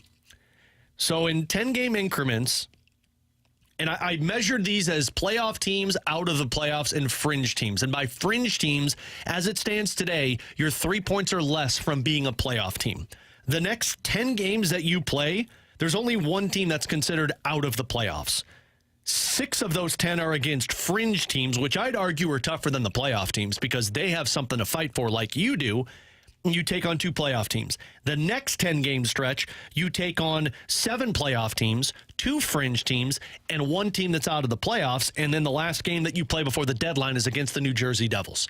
This is not an easy task. So you just thought 5-4-1 was good. If you want to be in a position that you could realistically talk about, you know what, maybe you need to add something or stand pat, let's see what happens with it. You're going to have to go 6-4, 7-3. You're going to have to pick up massive points to be in that conversation. And it's not because what you did wasn't impressive.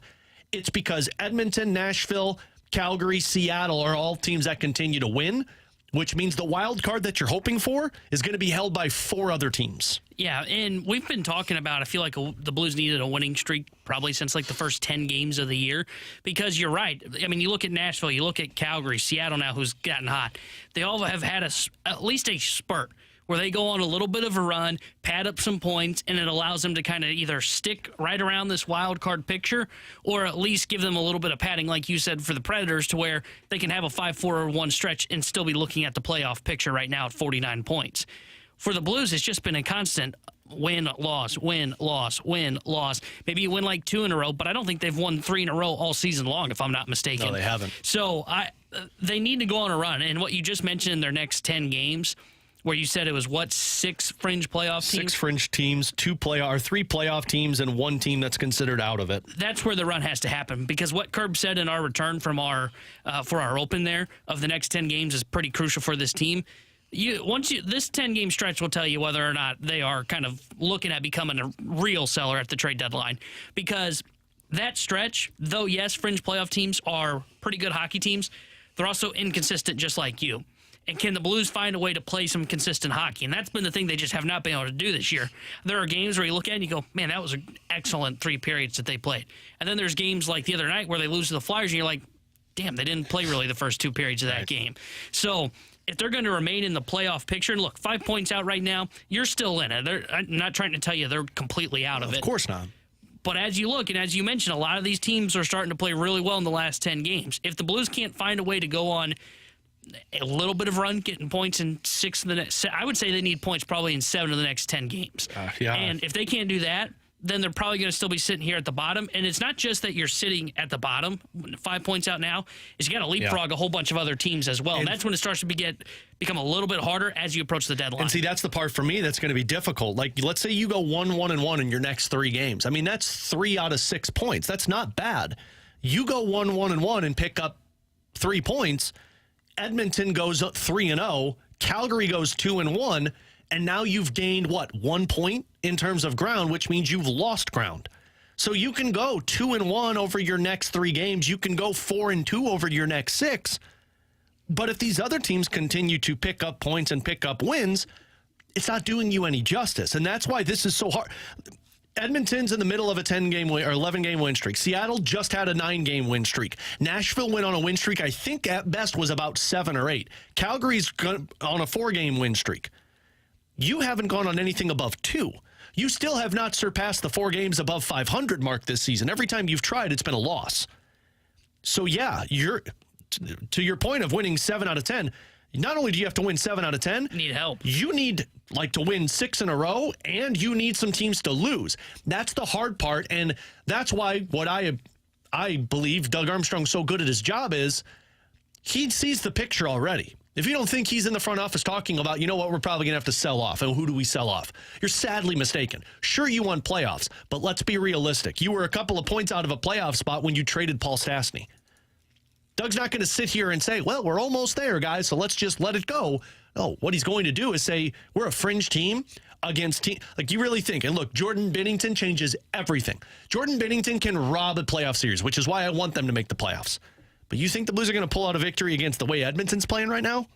Against Nashville, if they were to match up? I mean, in all reality, you're facing Vancouver, Winnipeg, or Colorado if they get to one of those top spots. Sure, you beat Colorado once and we're close. Sure, you beat Vancouver once. You haven't beaten Winnipeg. You play Edmonton twice. This is the bigger picture thing that you have to look at with the Western Conference and what you're trying to accomplish. Yeah, and like you said, with Edmonton on the 11-game win streak right now, it's just tough. And you look back at the games that the Blues have dropped this season, and that's what's killed them. You look at the Columbus, San Jose, Chicago, Minnesota, Detroit. Like, it's 10 points. You'd have 10 54 points right there. Even if you win 3 of those games, you're sitting at 50 points, and you're in the first wild card spot in the Western Conference right now. And going 5-4-1 in a 10-game stretch is good because you're just standing pat. But that's not good enough because of those games that you've lost already this season. And I think if you isolate the next 5 games, I think we're going to learn a lot about this team, because you've got Washington twice, who is basically in the same spot as the Blues are right now. Yep. And then Calgary and Seattle are going to be 2 huge games, because those are 2 teams you're battling right now. Calgary has 3 more points than the Blues. So does Seattle. And then you have Vancouver, who's obviously, we know Vancouver's a really good team. So, and then the LA Kings to extend it to 6 games. Right. I mean, those are all tough opponents that you're taking on. Yeah. I mean, over the next 5 games, I think the Blues need to win 4 of those. Yeah. If they want to get their way back into this, they need to win 4 of the next 5. And I find this text from the 573 interesting. They say, guys, if they go on a winning streak, then you're falling for false advertisement, and you don't want to fall for that. I think what we're trying to say here is that the next 10 games, look, Doug Armstrong, I think you're right, Alex. I think he's probably already determined they're sellers. I think the next 10 games can potentially determine to what extent they are sellers. Because I think more best case scenario, like let's just say they win 10 in a row, because that is the best case scenario. That is best case scenario, T-Bone. That's Stanley Cup talk. They probably hold on to their pieces. Yeah, you don't touch anything. They may not move. They may move a Scandell because he's not even in the lineup right now. But they may hold on to a captain, but it looks like he's out till past the All-Star break. Yeah. They just kind of hold on to the pieces and see what happens and say, you know what, we wanted to be a playoff team. This team's done enough to where we won't just kind of pick some of it apart. So let's just stick with what we have. Because you owe it to a team that wins 10 in a row to go out and actually make an opportunity to go to a playoff. And maybe they do like small buying. And what I mean by that is maybe there's like a forward out there that's got some term, that's like got another Somebody year on off his of deal. waivers. And they say, hey, you know what, maybe that guy will slot into our like third line. And maybe he can be that for us in the future as well. So maybe they do some small addition as well. I don't think they're going to ever be doing any kind of big buy this deadline unless it is like a Hannafin, a Chikrin, someone that they can bring in, sign an extension, and they're paired with Brakel for the long term. But I think what the worst case scenario is that we're telling you is, okay, if they really struggle and they start to fall more out, then it becomes more likely that they are trading off some of their pieces, and they become, I don't know if they're there, but they become more open to the idea of, you know what, maybe Booch isn't a part of the future. Maybe we do explore that trade at this deadline rather than, okay, maybe we wait till the offseason, or, yeah, you know what, he is part of the future. We're not touching him. Yeah, you get slapped in the face of reality if that happens. Like, you look at it and you say, is he really worth $8 million? And if he's not, well, then you trade him. Is this guy really worth $6.5 million? No? Okay, well, then we need to make moves. And the part that I just strongly disagree with that 573 text, it's not false advertisement, because if you go on a 10-game win streak, you're in the playoff conversation. And look, as much as I'm talking about getting a top 5, top 6 pick and how great it would be for the team, there is nothing more valuable to a team than playoff experience. There's nothing more valuable for the Blues. Don't win the Stanley Cup unless they've realized what it feels like to get bounced by Chicago so many times and then realize what it feels like to lose in a Western Conference final. You don't get that experience by just missing the playoffs and saying, well, we'll be better next year. So you go on a 10-game win streak. That's not false advertisement. That's, okay, this team has the makings of doing something. Let's see if they can get to the playoffs. Because if they do, great. Even if you lose in 4 games, that's building something. I personally think you have a chance to win because of Jordan Binnington. But it's not false advertisement. But on the flip of this, if you're a 500 team over the next 10 games and then 3 games above 500 over the next 10 games, you're not making any ground. You're doing the same thing, which it's a disservice to the organization's future if you sit there and say, well, we'll see what happens, because then you're not building anything for the future. You're just missing the playoffs, and you're not getting a good asset, and you're holding things that you're Kinda saying, stuck. yeah, you're stuck. You're middling. You're doing the same thing. Insanity, like you just talked about with the Cowboys, Grant. So the 10-game, 20-game, however you want to label it, that stretch is impactful for what Doug Armstrong wants to do, and if he follows through with what he believes he wants to do moving forward. Yeah, and not only just that, aside from a hypothetical 10-game win streak, if you just look at the last 9 games, and I know we've said that the 5-4-1 isn't good enough, but that's because of the spot this team has put themselves in previously. You just beat the Canucks, the Hurricanes, the Rangers. You got a point against the Bruins, and the second point was earned in a way that really wasn't in the control of the Blues because it was a missed call. So you had all these really good games against tough opponents. That's, I don't want to say just as impressive to me as a 10-game win streak, but those are good signs. It's not like they've been winning games that they should have lost, and then if they go on a 10-game win streak, it's just they're getting lucky. This is different than the 7-game win streak they went on last year. Yeah. Grant Francis, Tanner Hendrickson, I'm Alex Ferrario. We'll come back with the junk drawer here on 101 ESPN.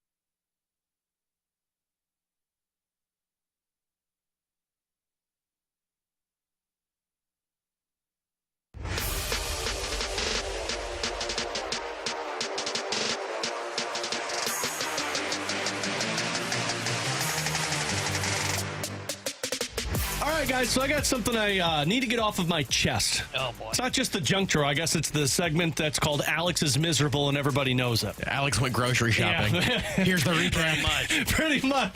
How'd you guys know? When I have junk drawer stories, you know I grocery shopped the other day. And this isn't even just a grocery shop. It happened to me at the grocery store, but it's a restaurant. Are there things when somebody says something to you that just pisses you off? Like pet peeves? Like names? Like, hey, buddy. Buddy? Thanks, buddy. Yeah. So Yeah, it makes me angry. Oh, it's a Ryder thing? Yeah, well, Ryder says a lot of things that make me angry, too. So it happens. Story. A grocery store, checking out, gave the lady my card. She swiped it and handed it back to me. And she goes, here you go, Alexander. What? My name's not Alexander. The card says Alex. And I don't know why it pissed me off, but it did. Like, internally, I'm like, bleep you. My name's not Alexander. It's Alex. Now, I could have said something, but I feel like that's more rude than just be me internalizing my anger towards this individual. Like, well, I'm not Alexander. I'm Alex. But when I'm at restaurants, nothing pisses me off more than when the waiter or waitress calls you hun. I can see that. I hate the name hun. I'm not 5. You don't need to baby talk me.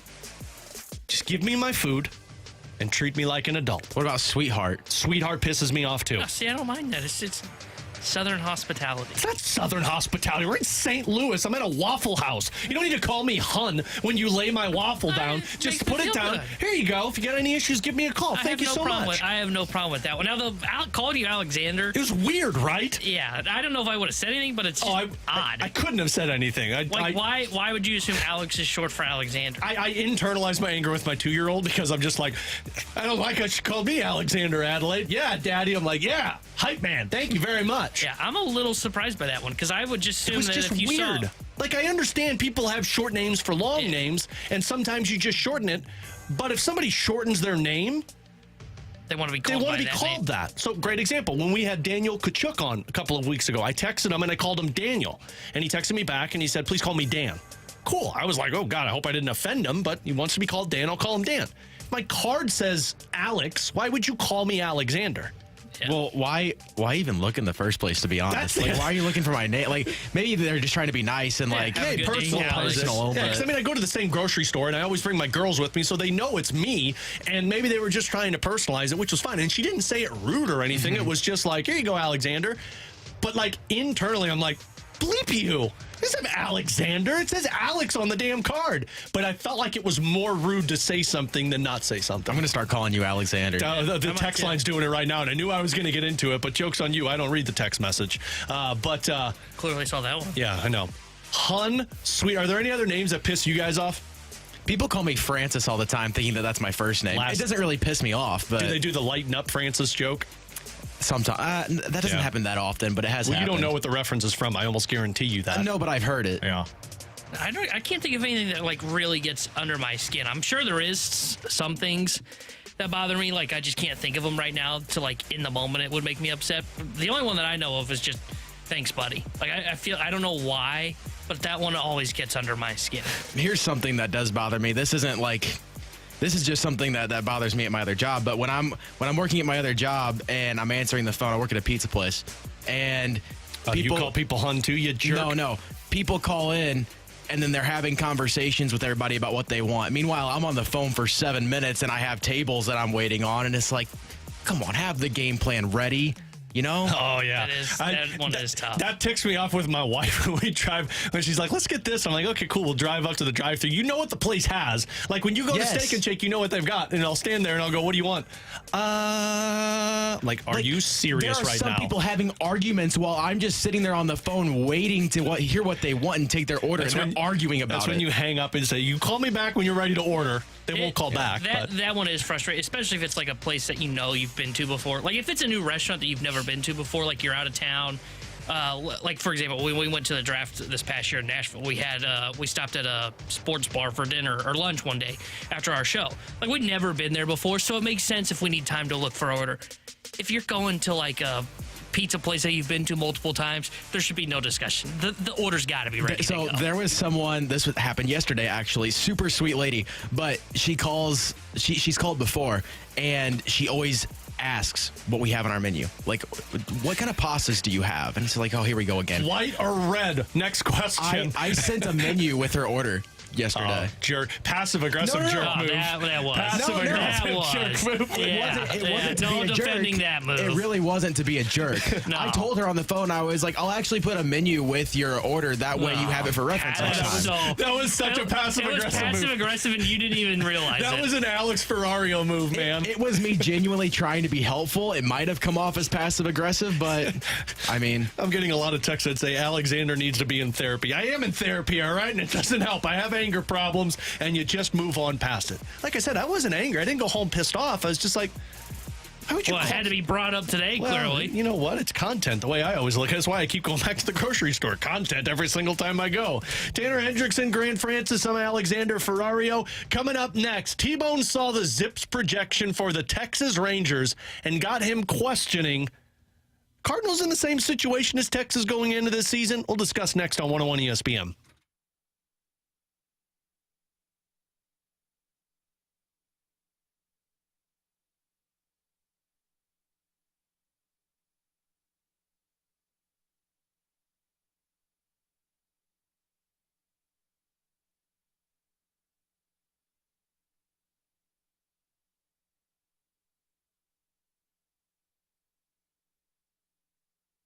Alex Ferrario with you to talk about my friends over at 100 West Dental, my dentist that I feel comfortable going to every 6 months. And let me tell you, man, that is so important to have a dentist that you trust, that you feel comfortable going to, because for the longest time, I thought the dentist that I went to every 6 months I was comfortable with. And then I found out that when he quit his practice, he didn't check my actual x-rays and didn't find a tumor, which meant I lost 7 teeth and had to have massive jaw surgery. It was a nightmare.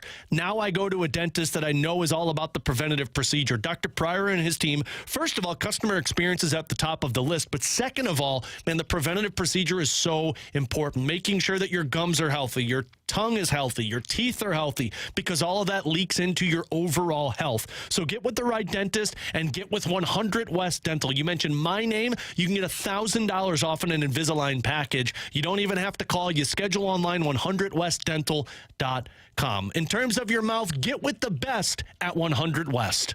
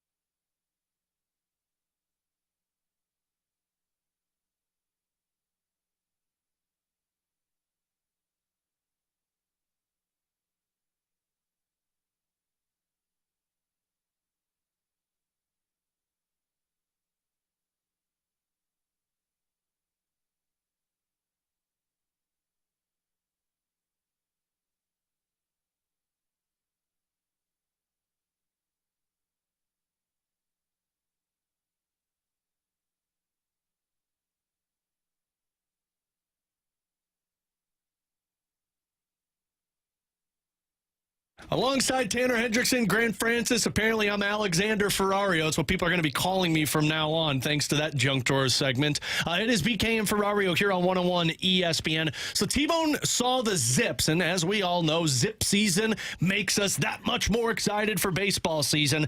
But the Zips projection were out with the New York Rangers, the Texas Rangers. Of course, the Texas Rangers being the World Series team that everybody's talking about. You look at that and you say, okay, how do the Cardinals stack up against them? You look at offense, very similar.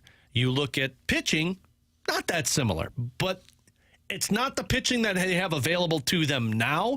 That's the difference, T-Bone. It's the pitching that's available to them this season. And elaborate on that. Yeah, so when I saw the Zips projections come out for the Texas Rangers, I was naturally curious because we've looked at the Cardinals one already. We've talked about it. But when I think of the Texas Rangers, I think of a team that, as you mentioned, got to the World Series last year. In fact, won the World Series last year. And a team that is going to be viewed as one of the favorites to get back to it and potentially repeat. And I look today, they have the third best odds, according to Vegas, to make it to the World Series. So like, okay, how do the Rangers stack up with the St. Louis Cardinals? And I looked, and offensively, they are projected. And again, take what you will with projections. I think they can tell you a story about what could happen in the season. They project the Texas Rangers offense to be worth 25.3 WAR or WRC WAR for the season. Yeah. I was like, okay. And like, I'm looking at this, and I go, low, young. I like those guys. Those guys are good, but they're not as good as Goldie and Arenado. I look at the outfield. Okay, they're all projected for like a 2-3 WAR. So I was like, okay, how does that stack up with the Cardinals and what their projection showed? St. Louis Cardinals projection, 25.3 WAR offensively. The exact same. Different scenario in terms of how they're kind of built. Like the Rangers are built more up the middle with Seager and Simeon, while the Cardinals are built on the corners with Arenado and Goldie. So I was like, okay, well then the offense stacks up with the Rangers. And we loved the Rangers offense last year, especially in that World Series run with Adolis Garcia. I know Cardinals fans were really into that.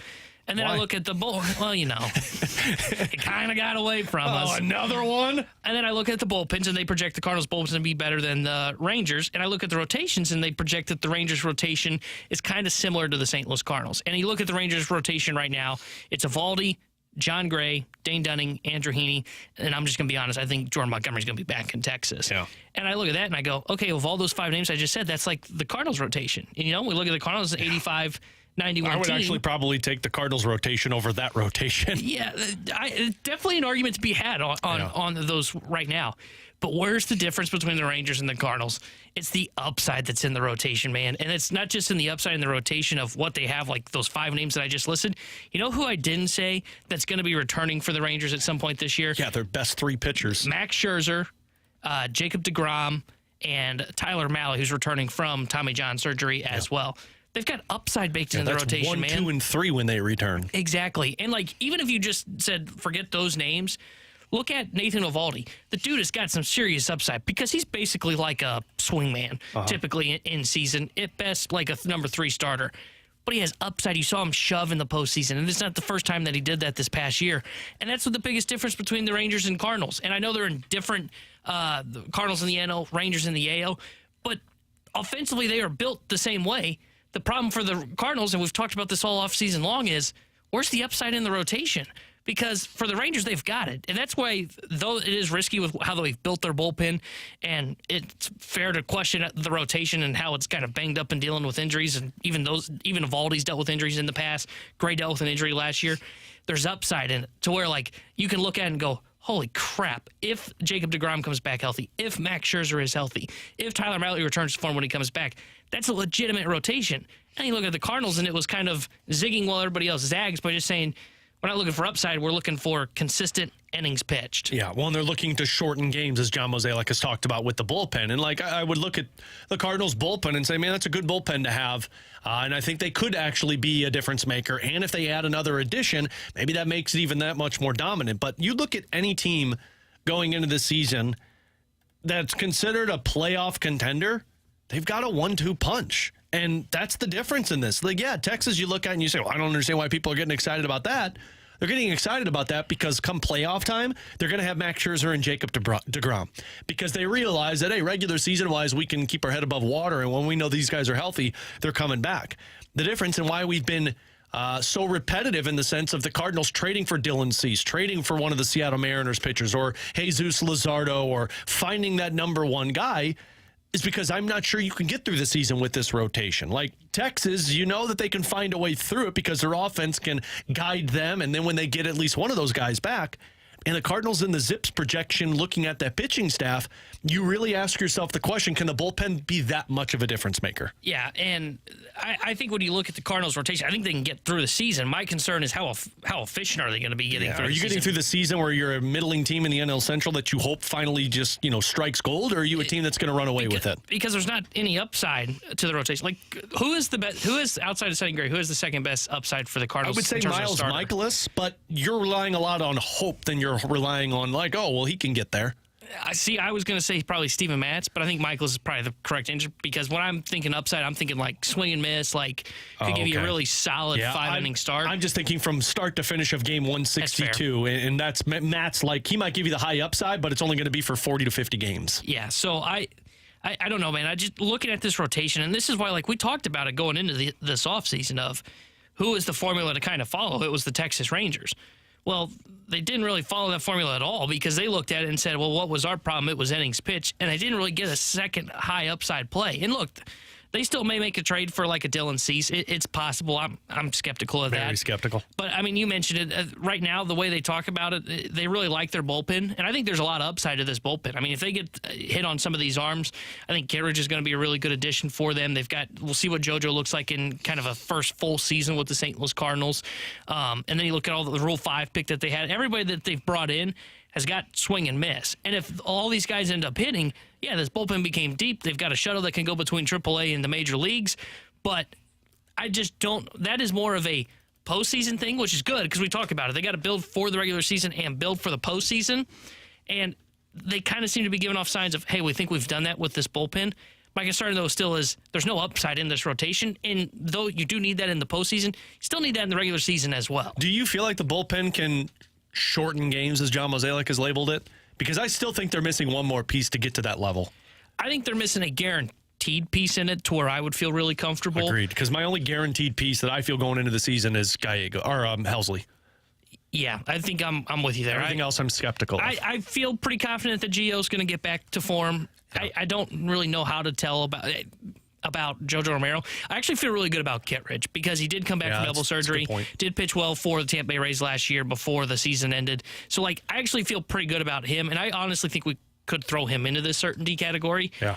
I just think if you're going to build a dominant bullpen, you need another, I don't even know if I'd call him a setup guy, but another guy that you could bring in like the sixth inning in a high leverage spot. And the hard part with that dominant bullpen or that bullpen that can shorten the game is you can't rely on it all season. You've got to have at least a rotation that doesn't put you in a bind to where you're using these guys in the fourth or fifth inning consistently. And honestly, I feel going into the season, there's 3 days that you might be calling your bullpen up, and Gibson, Lynn, and Steven Matz. So that's another concern, at least for me, is do you have enough arms to get you through the season if those guys can't give you the proper innings that you need? And maybe you force them. Maybe you force them to give you those innings that they need. I don't have concern about the innings. It's just the effectiveness of the innings. Yeah, well, that's true. Lance Lynn, innings eater. Kyle Gibson, innings eater. Miles Mikolas, innings eater. Sonny Gray can be an innings eater. But are you eating how many earned runs are you giving up? Yeah, that's the thing. Are you eating innings when you're down by 8 runs in the fourth inning? Yeah, and I don't think they would do that. But, like, my concern is, like, okay, when we say innings eaters, what is the hope from Lance Lynn? The hope is that he eats innings and gives you a quality start, right. And then you only have to go 3 innings with the bullpen. But is 4 earned runs in 6 or 5 earned runs in 7 good enough?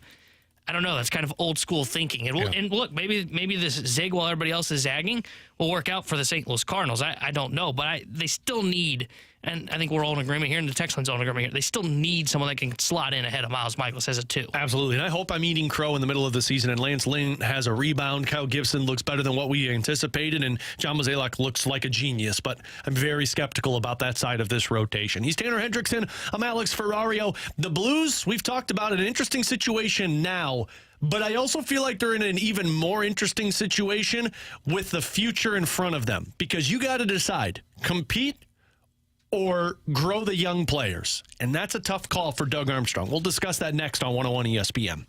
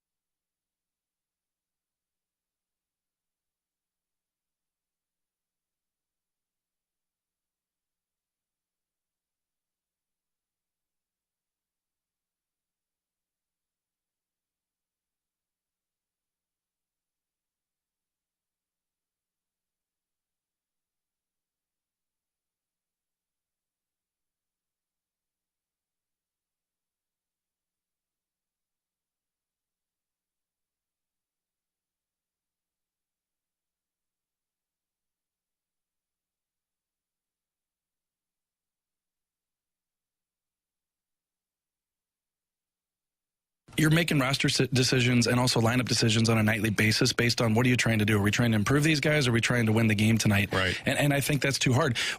I had a conversation with somebody at the practice today about this, Alex, is a lot of times what happens is you'll keep a coach knowing that he's going to be the coach to get you to the next coach. So is it a Drew Bannister who, maybe you don't know if you hire him full time that he'll be here in 3 or 4 years, right, but you think he's the right guy for the job right now, and then you see how it goes, and then maybe you get to that point in 3 years where you're ready to potentially take that next step, and maybe somebody else is out there. That's Jeremy Rutherford of The Athletic, Blues Insider, who was with us yesterday on BK and Ferrario alongside Tanner Hendrickson and Grant Francis. I'm Alex Ferrario. It's a weird position to be in for the Blues because on one hand, you're ready to compete. You've got a goaltender who can win you a series. You've got a defenseman who's back to being a number one guy, and you have a Selke Trophy candidate in Robert Thomas and some good pieces around him. Buchnevich, Kyrou. They've got a team that could compete. But you also are looking at this team and saying, we can't go anywhere until Jimmy Snuggerud and Dalibor Dvorsky and Otto Stenberg and these types of players are here, and not only here just to be here, but here and ready to give us the production at the NHL level. And it's the murky middle that the Blues have to decide what to do, because Drew Bannister has done a phenomenal job since he's taken over. But Drew Bannister also has a team that's about 500 since he's taken over, which is what they were prior to that. Now, the work ethic looks different. The accountability is absolutely different, but it's still the same result. If you're Doug Armstrong, that Snuggerud's probably going to be here for next season. Dvorsky's might have an opportunity to be here next season. Is the more important part for your team finding the way to win and get back into the playoffs and be a threat? Or is it developing these younger players so that they can help you get to that juggernaut level you hope you become in 3 years? And as we heard Craig Berube say when he was let go, as Jeremy Rutherford just said, it is not an easy thing to do in the NHL to develop and compete. You're going to have to pick one side or the other. Otherwise, you're going to be doing this 500 game for a while. And I don't know how you can develop younger players if you're not competing. See, can I be honest? I think they're doing this right now, and I think they're doing it at a pretty good level, honestly, because who are they trying to develop right now? They're trying to develop Jake Neighbors. Bolduc and Dean in the minors. Yeah, and they're down there playing, and we don't really care about the win-loss of the Springfield Thunderbirds. Sorry, Springfield. But they're down there developing their game. What I'm talking about is at the NHL level. Who are they developing at the NHL level this year? Pernovich. They're developing Neighbors. Kessel and Neighbors. Thomas, who they were hoping to I'd still say he's in the development, kind of the back end of development, because they want to see if he take the next step. Same with the Jordan Kyrou, while also trying to compete for a playoff spot. And though they're not in the playoffs right now, they're just 5 points back. They're a run away that we talked about earlier from being a team that can kind of shoot themselves back into the playoff conversation. So I think they're actually doing a pretty good job of this right now. Now, is it difficult? Yes. But the reason I think that they're doing this pretty well is because Neighbors has played pretty well this season. He's gone through some ebbs and flows, but you expect that from a rookie. Same with Scott Pernovich. I think he's played fairly well so far this season. Kessel's been fantastic that he's in the top 4 again after 2 games with Justin Falk returning from the injury. Mm-hmm. And Robert Thomas has solidified himself clearly as the number 1 centerman. And Jordan Kyrou, you're still waiting for a little bit more to see what happens with him. So I think they've done a pretty good job of developing the guys. The whole reason that they're not better, quote unquote, not clearly in the playoff picture, is more on the veteran side of things. It's not on the young guys. This isn't like the Anaheim Ducks that we're looking at going, well, they're trying to get those guys to develop, but look, they keep losing hockey games, so they're rebuilding. I think the Blues have done a fairly good job because all those young guys that I've mentioned, I think have had pretty good years and are developing at the NHL level while the team is staying competitive. And the only reason they're not in the playoff picture right now is because that second and third line are non-existent. And that is not young guys that are on that line. That is underperforming veterans. That is underperforming in a Kapanen, a Shen. Kevin Hayes, I think, has been okay for them. But those are the guys, Brandon Saad, those are the guys that are the reason they're not more competitive this season. Not so much that it's the younger guys. Well, then it gets even harder if you're the Blues, because in that sense that you just brought up, then I would be looking to bring in a head coach that can compete. I would be looking at if Brendan Moore becomes available, or if Quenneville gets the opportunity to come back, or even if Drew Bannister finds a way to win the rest of the way. I would look at finding guys that come in to start winning. Here's the issue, though. Guys that come in that want to start winning aren't concerned about how Jimmy Snuggerud looks, aren't concerned about how Dalibor Dvorsky looks and making sure he's growing the right way. They're more concerned about who gives me the best chance to win. And if those guys don't do it, if you're not willing to work with the training wheels on them, then you're not going to be develop them. Then you're in the minors. And then you're in the same spot where you're relying on these veterans that you keep doing the same thing. Because the one thing is very certain, this has been 3 years of you doing the same thing. Now, 2 years ago, you got into the playoffs and you arguably played pretty well. But now a lot of those guys are gone, and what you're doing right now is what you had at the end of last season. Can you realistically get back into that winning window with these veterans if you feel like those guys are progressing? That's the hard part that I don't know how you view this team, because here's the other factor into it. If you don't get into that winning window, and Grant brought this up when we were doing more likely to happen, if you don't get into this winning window and start kind of competing for one of those playoff spots, how many more years of this level of talent are you going to get from Colton Parayko and Jordan Binnington? Maybe they give it to you for the next 5 to 6 years, and on the back end of their time in the NHL is when you're ready to start competing again. But on the flip side of that, what if it decreases significantly in year 3? And now you've developed those guys, but now you're searching for a number one defenseman. Now you're searching for a number one goaltender. That's the hard part, that it just feels like the Blues are in this weird spot of we feel like these guys can give us an opportunity to win. That's what you went into the mindset this season. But we also need these other we need the contributing pieces to step in. Yeah, and I think some of those kind of contributing pieces, as you mentioned, and I want to talk about Shen, Hayes, those guys for a second. Yeah. Some of that could be like, I think JR mentioned this yesterday, correct me if I'm wrong, is Braden Shen struggles because Braden Shen's on the down curve, or is it because he doesn't have line mates around him to help prop up his numbers? That's a very good point. And that's the question that the Blues have to answer, because I wouldn't think that Braden Shen has suddenly hit a wall and is no longer going to be a guy that can produce for you in a second or third line role. I think it's more about the pieces that are around him when you look at his line mates. I mentioned this at the beginning of our show. Jordan Kyrou moved down to the second line today. I think it's partly, A, they want to add more depth of scoring throughout the lineup, but B, hopefully putting him on a line with Braden Shen, maybe it leads to Braden Shen getting going here offensively. So I think that's the kind of question that they have to answer. And I think that when we're talking about the Jimmy Snuggeruds, the Dvorskys, the Boldukes, the Zachary Deans, I think if you continue to bring those guys along, as long as you still have a veteran presence in the lineup and you're not forcing them up in the lineup quickly. Last year, when they made the trade deadline, it made sense to move Kyrou and Thomas to the top line. Yeah. Why? Because they needed that experience. But you can't just go into a season going, okay, we want a rookie to be on our top line with a Jordan Kyrou and a Robert Thomas, because that's when you start to rush the process along. That's why it's going to be interesting to see what happens with a Jimmy Snuggerud, because are they going to just immediately say, hey, onto the top line goes Jimmy Snuggerud? Or do you put him kind of in that third line role when he's a rookie, allow him to kind of see what it's like, what it takes to be up on the top line, and slowly work him, progress him up to that spot? Maybe, and the other factor into it too is, depending on how the Blues view themselves, look at what they're doing with Bolduc and Dean this year. They're not going to touch the NHL, more likely, because they want them to figure out how to be a pro at the minor league level. Do they do the same thing with a Jimmy Snuggerud or Dalibor Dvorsky or Stenberg and say, we need you to develop because it's more than just scoring goals at the NHL level. You got to figure out what Drew Bannister's trying to teach these guys right now in terms of putting the puck in the right position at the right time of the game. Not trying to deke somebody into the offensive zone with 3 minutes left to go in a period and then getting it picked off and going the other direction. That's why the development side of a coach that can try and find ways to win might be more beneficial for the Blues than somebody to come in and try to win while developing. Because the development side is how you remain successful.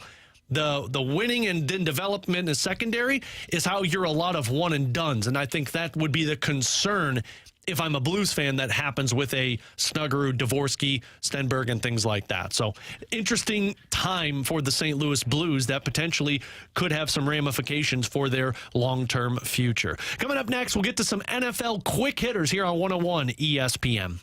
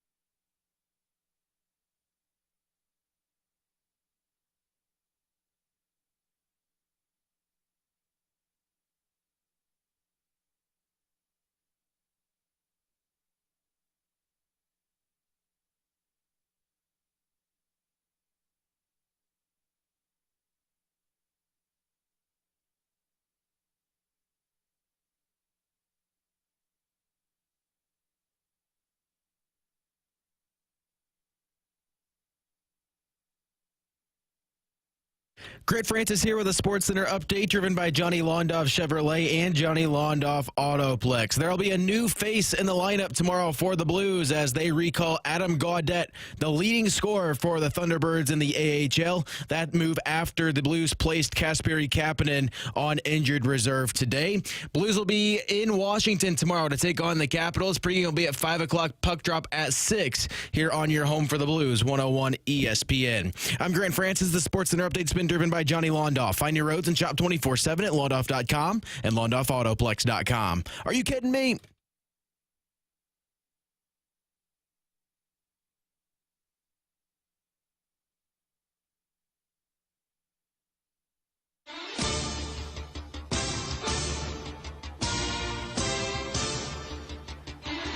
All right, let's get into some NFL quick hitters here on BK and Ferrario. Tanner Hendrickson, Grant Francis, I'm Alex Ferrario as we head into Wild Card Weekend or Division Weekend, whatever you want to call it. What's it called? It's Division Weekend, right? Yes, sir.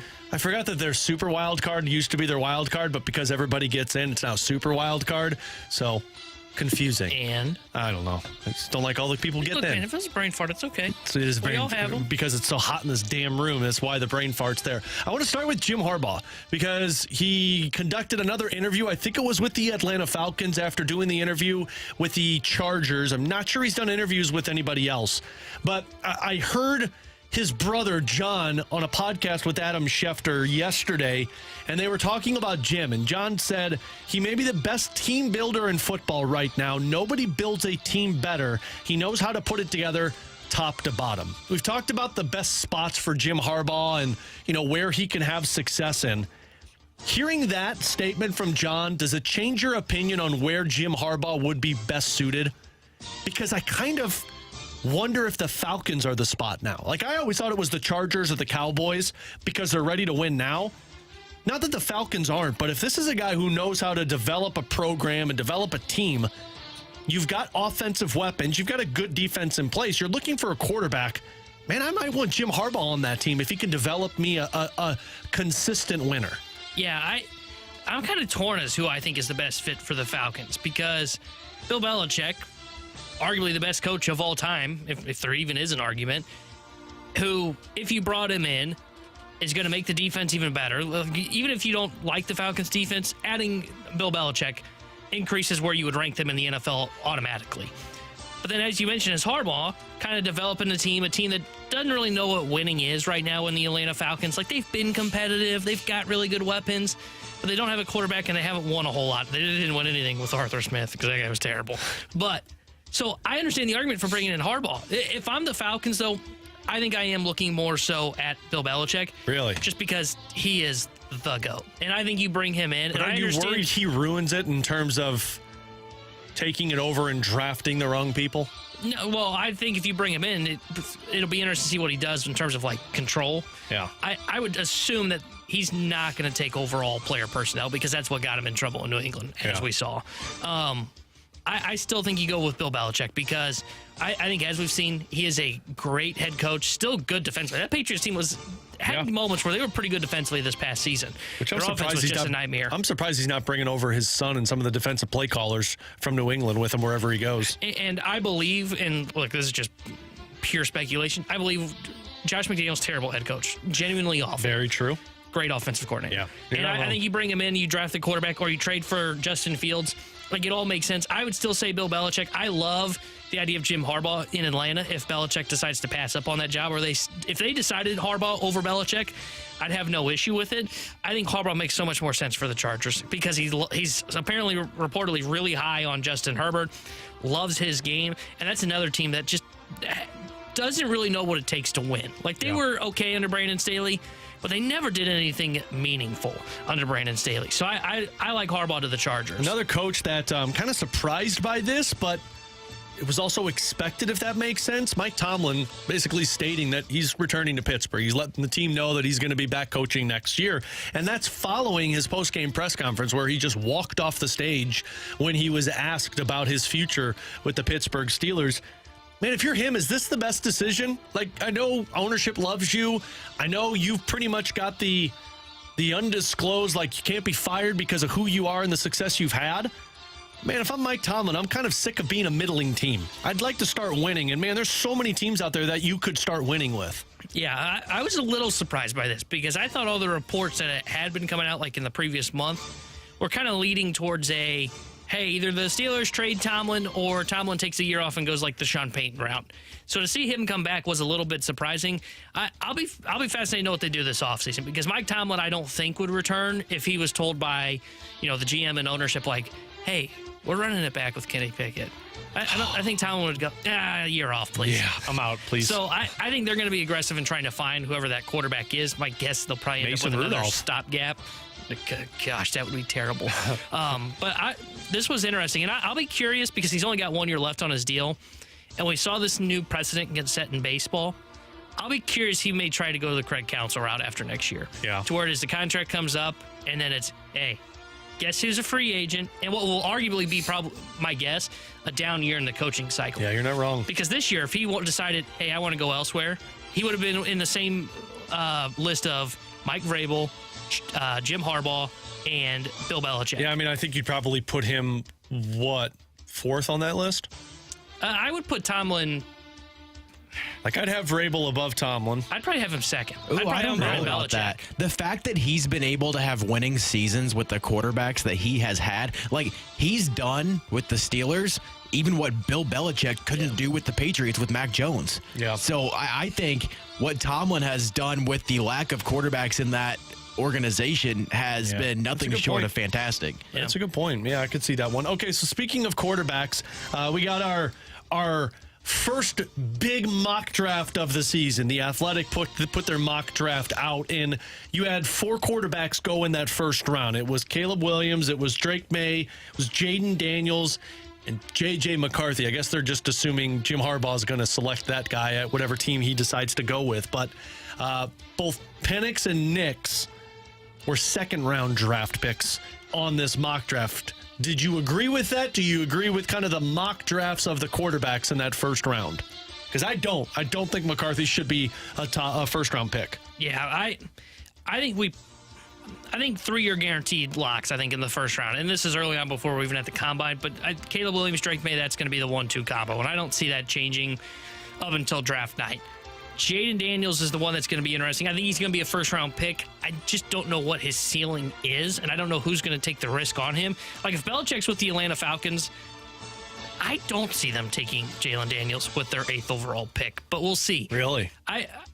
McCarthy, to me, is not a first-round pick. They had him going to the Rams, and I'll tell you right now, the Rams are not drafting a quarterback in the first round. They got a lot of other problems. And Bo Nix and Michael Penix, I don't think are first-round picks either. I think Penix is a guy that kind of slides. I think he's going to go in the Will Levis range. And Levis went, second or third round? I think that's where he's going to go this year as well. So I think you see 3 locks in the first round.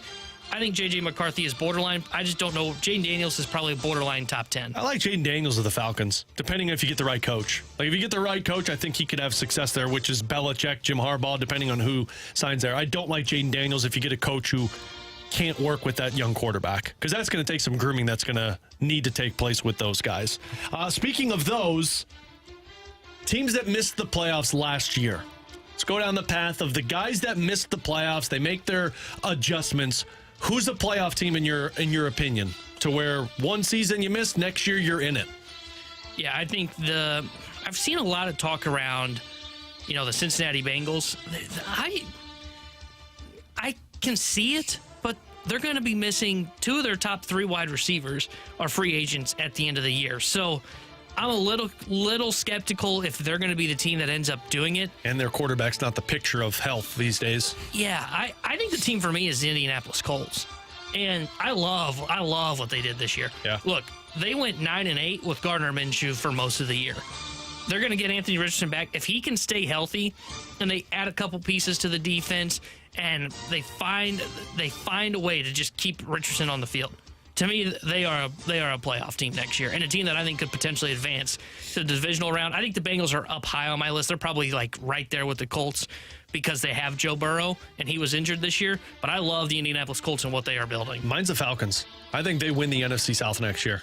I think they get the right coach. I think if they draft the right quarterback, we've got all the pieces in place. And frankly, that NFC South isn't going to be as easiest scary. Path. Yeah, I mean, like Mike Evans probably isn't going to be back.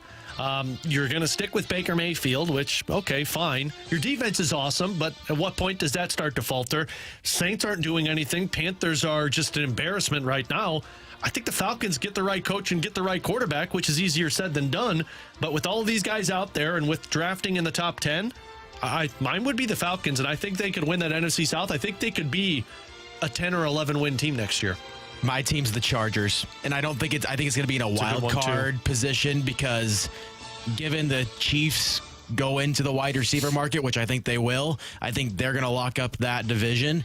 But Brandon Staley was a cancer for that team. Yeah, he was. Like, they get a different head coach with that offense. There's no reason why they shouldn't make the playoffs next season. Are the Bears? So the only reason I ask this, like, depending on what they do, the adjustments they make, you still have to deal with the Packers and the Lions. So, like, the only way you're in is a wild card team. But if you also look at the NFC, you know the clear-cut division winners. But then beyond that, as we just saw, anybody can take that wild card spot. Like, is that going to be, or is the NFC South going to be, or not the NFC South, the NFC West going to be the toughest division next year? Because that'll have the Niners, the Rams, and the Seahawks. Yeah, it depends on what the Seahawks do. I'm a little skeptical of them. Yeah, they got to nail the coach. I think the Rams are going to be really good next year. And that's not just saying that as a Rams fan. They're going to add significantly this offseason to that defense. I can hear the argument for the Bears. It just depends on what are they doing with quarterback. Yeah, my guess, if they reset the clock, I would say no. Because there's going to be learning curves with Caleb Williams. Right. They stick with Justin Fields. Get Marvin Harrison. I could hear the argument for them making the playoffs. I just don't have much trust in Matt Eberflus, even though he did a great job with that defense this past year. Hearing the names are being kind of floated around for that offensive coordinator job, call me skeptical on the Chicago Bears. That makes sense. I still think they'd be better off keeping Justin Fields. I do too. A guy that wants to be there, and he's had some progression over the years. I think it's a big thing when a quarterback wants to play somewhere. Yeah. Like, especially on a team that hasn't had much success over the last couple of years. And when you've got two top 10 picks, where if you feel like you got the right quarterback, you build around him. Yeah. That's where I'm at, but I feel like around the National Football League, everyone thinks like T-Bone, reset the clock. That's the smart thing to do. Get your next big quarterback, trade Fields, and still draft something in the top 10 with that other pick. Yeah, and imagine, like, and I'm not saying I think he will be this because I think Caleb Williams is a better quarterback, but imagine Caleb Williams becomes the next Bryce Young. Yeah. And then you've really set yourself back. Imagine he becomes the next Patrick Mahomes. Yeah. Which is the part I hate about the freaking draft. It's like, well, he could be this, he could be that. Good luck. Tanner Hendrickson, Graham Francis, I'm Alex Ferrario. Meanwhile, I also, said Blue should be bad and draft a guy that's going to be the next Victor Hedman. But I believe in that one. 6'7" guy from Russia. Speaking of the Blues, we'll rewind it with them. Drew Bannister had some comments on Adam Gaudette, who's joining the Blues. We'll close it down with that next year on 101 ESPN.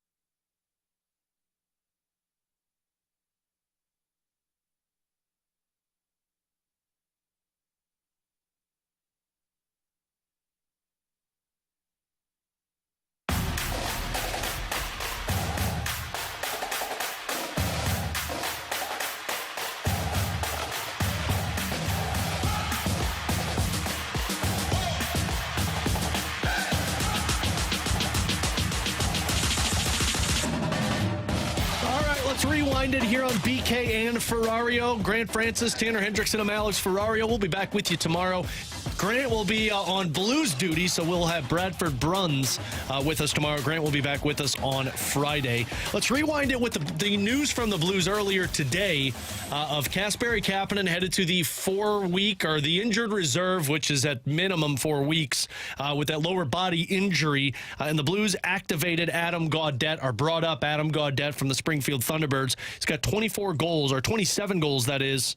No, he's 27. He has 24 goals. Easy for me to say in the American Hockey League. This was Drew Bannister earlier today.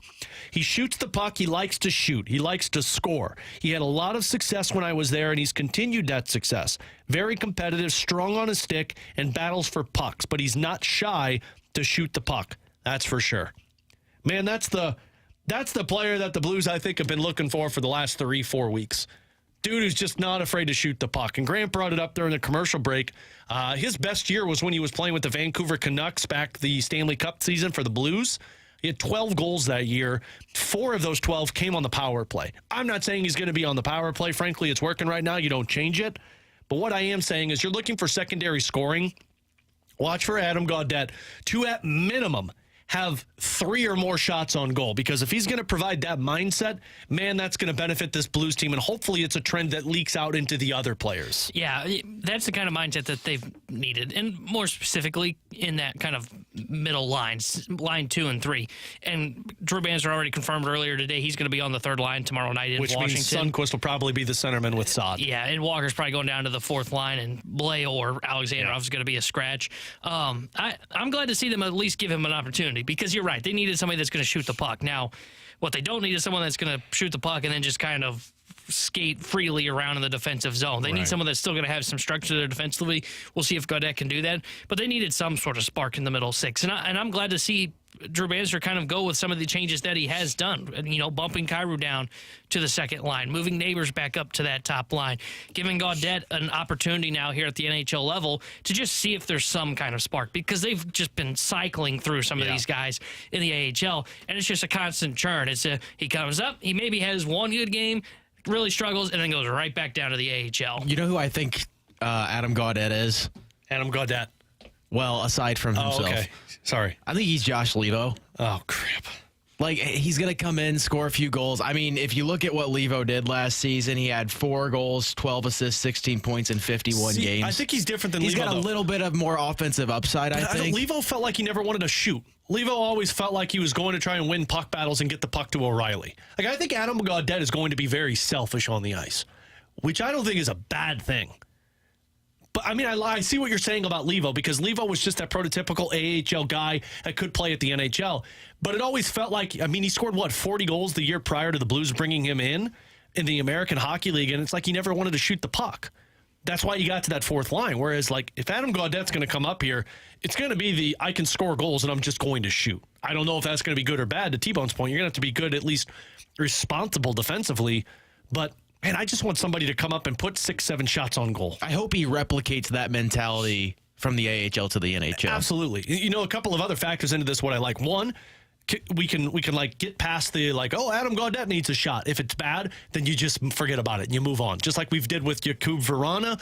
If it's bad, you move on. If it's good, you keep giving him a shot to find out who he is. The other thing is, I like this for Zachary Bolduc's development. You now have already put him to the top line because Walker's been up. You brought Sammy Blais back. Alexandrov's back. Bolduc is becoming the top guy in the minors, and that's what you want if you're Doug Armstrong in terms of development for Zachary Bolduc. Again, I don't think it has anything to do with the NHL. I'm not sure he tastes the NHL this season, but I like the fact that he's becoming the top guy for them, which is good in terms of development. So Adam Gaudette will be back in action tomorrow with the Capitals. Grant and I will have your pregame with Joe Vitale starting at 5 o'clock with puck drop at 6. We'll be back with you tomorrow. If you missed anything from the show today, check it out on the podcast page, 101ESPN.com, presented by Dobbs Tire and Auto Centers. You can also go back and rewatch it on YouTube at 101 ESPN STL. Studio Cams brought to you by the Air Alliance team. Fastlane coming up next here on 101 ESPN.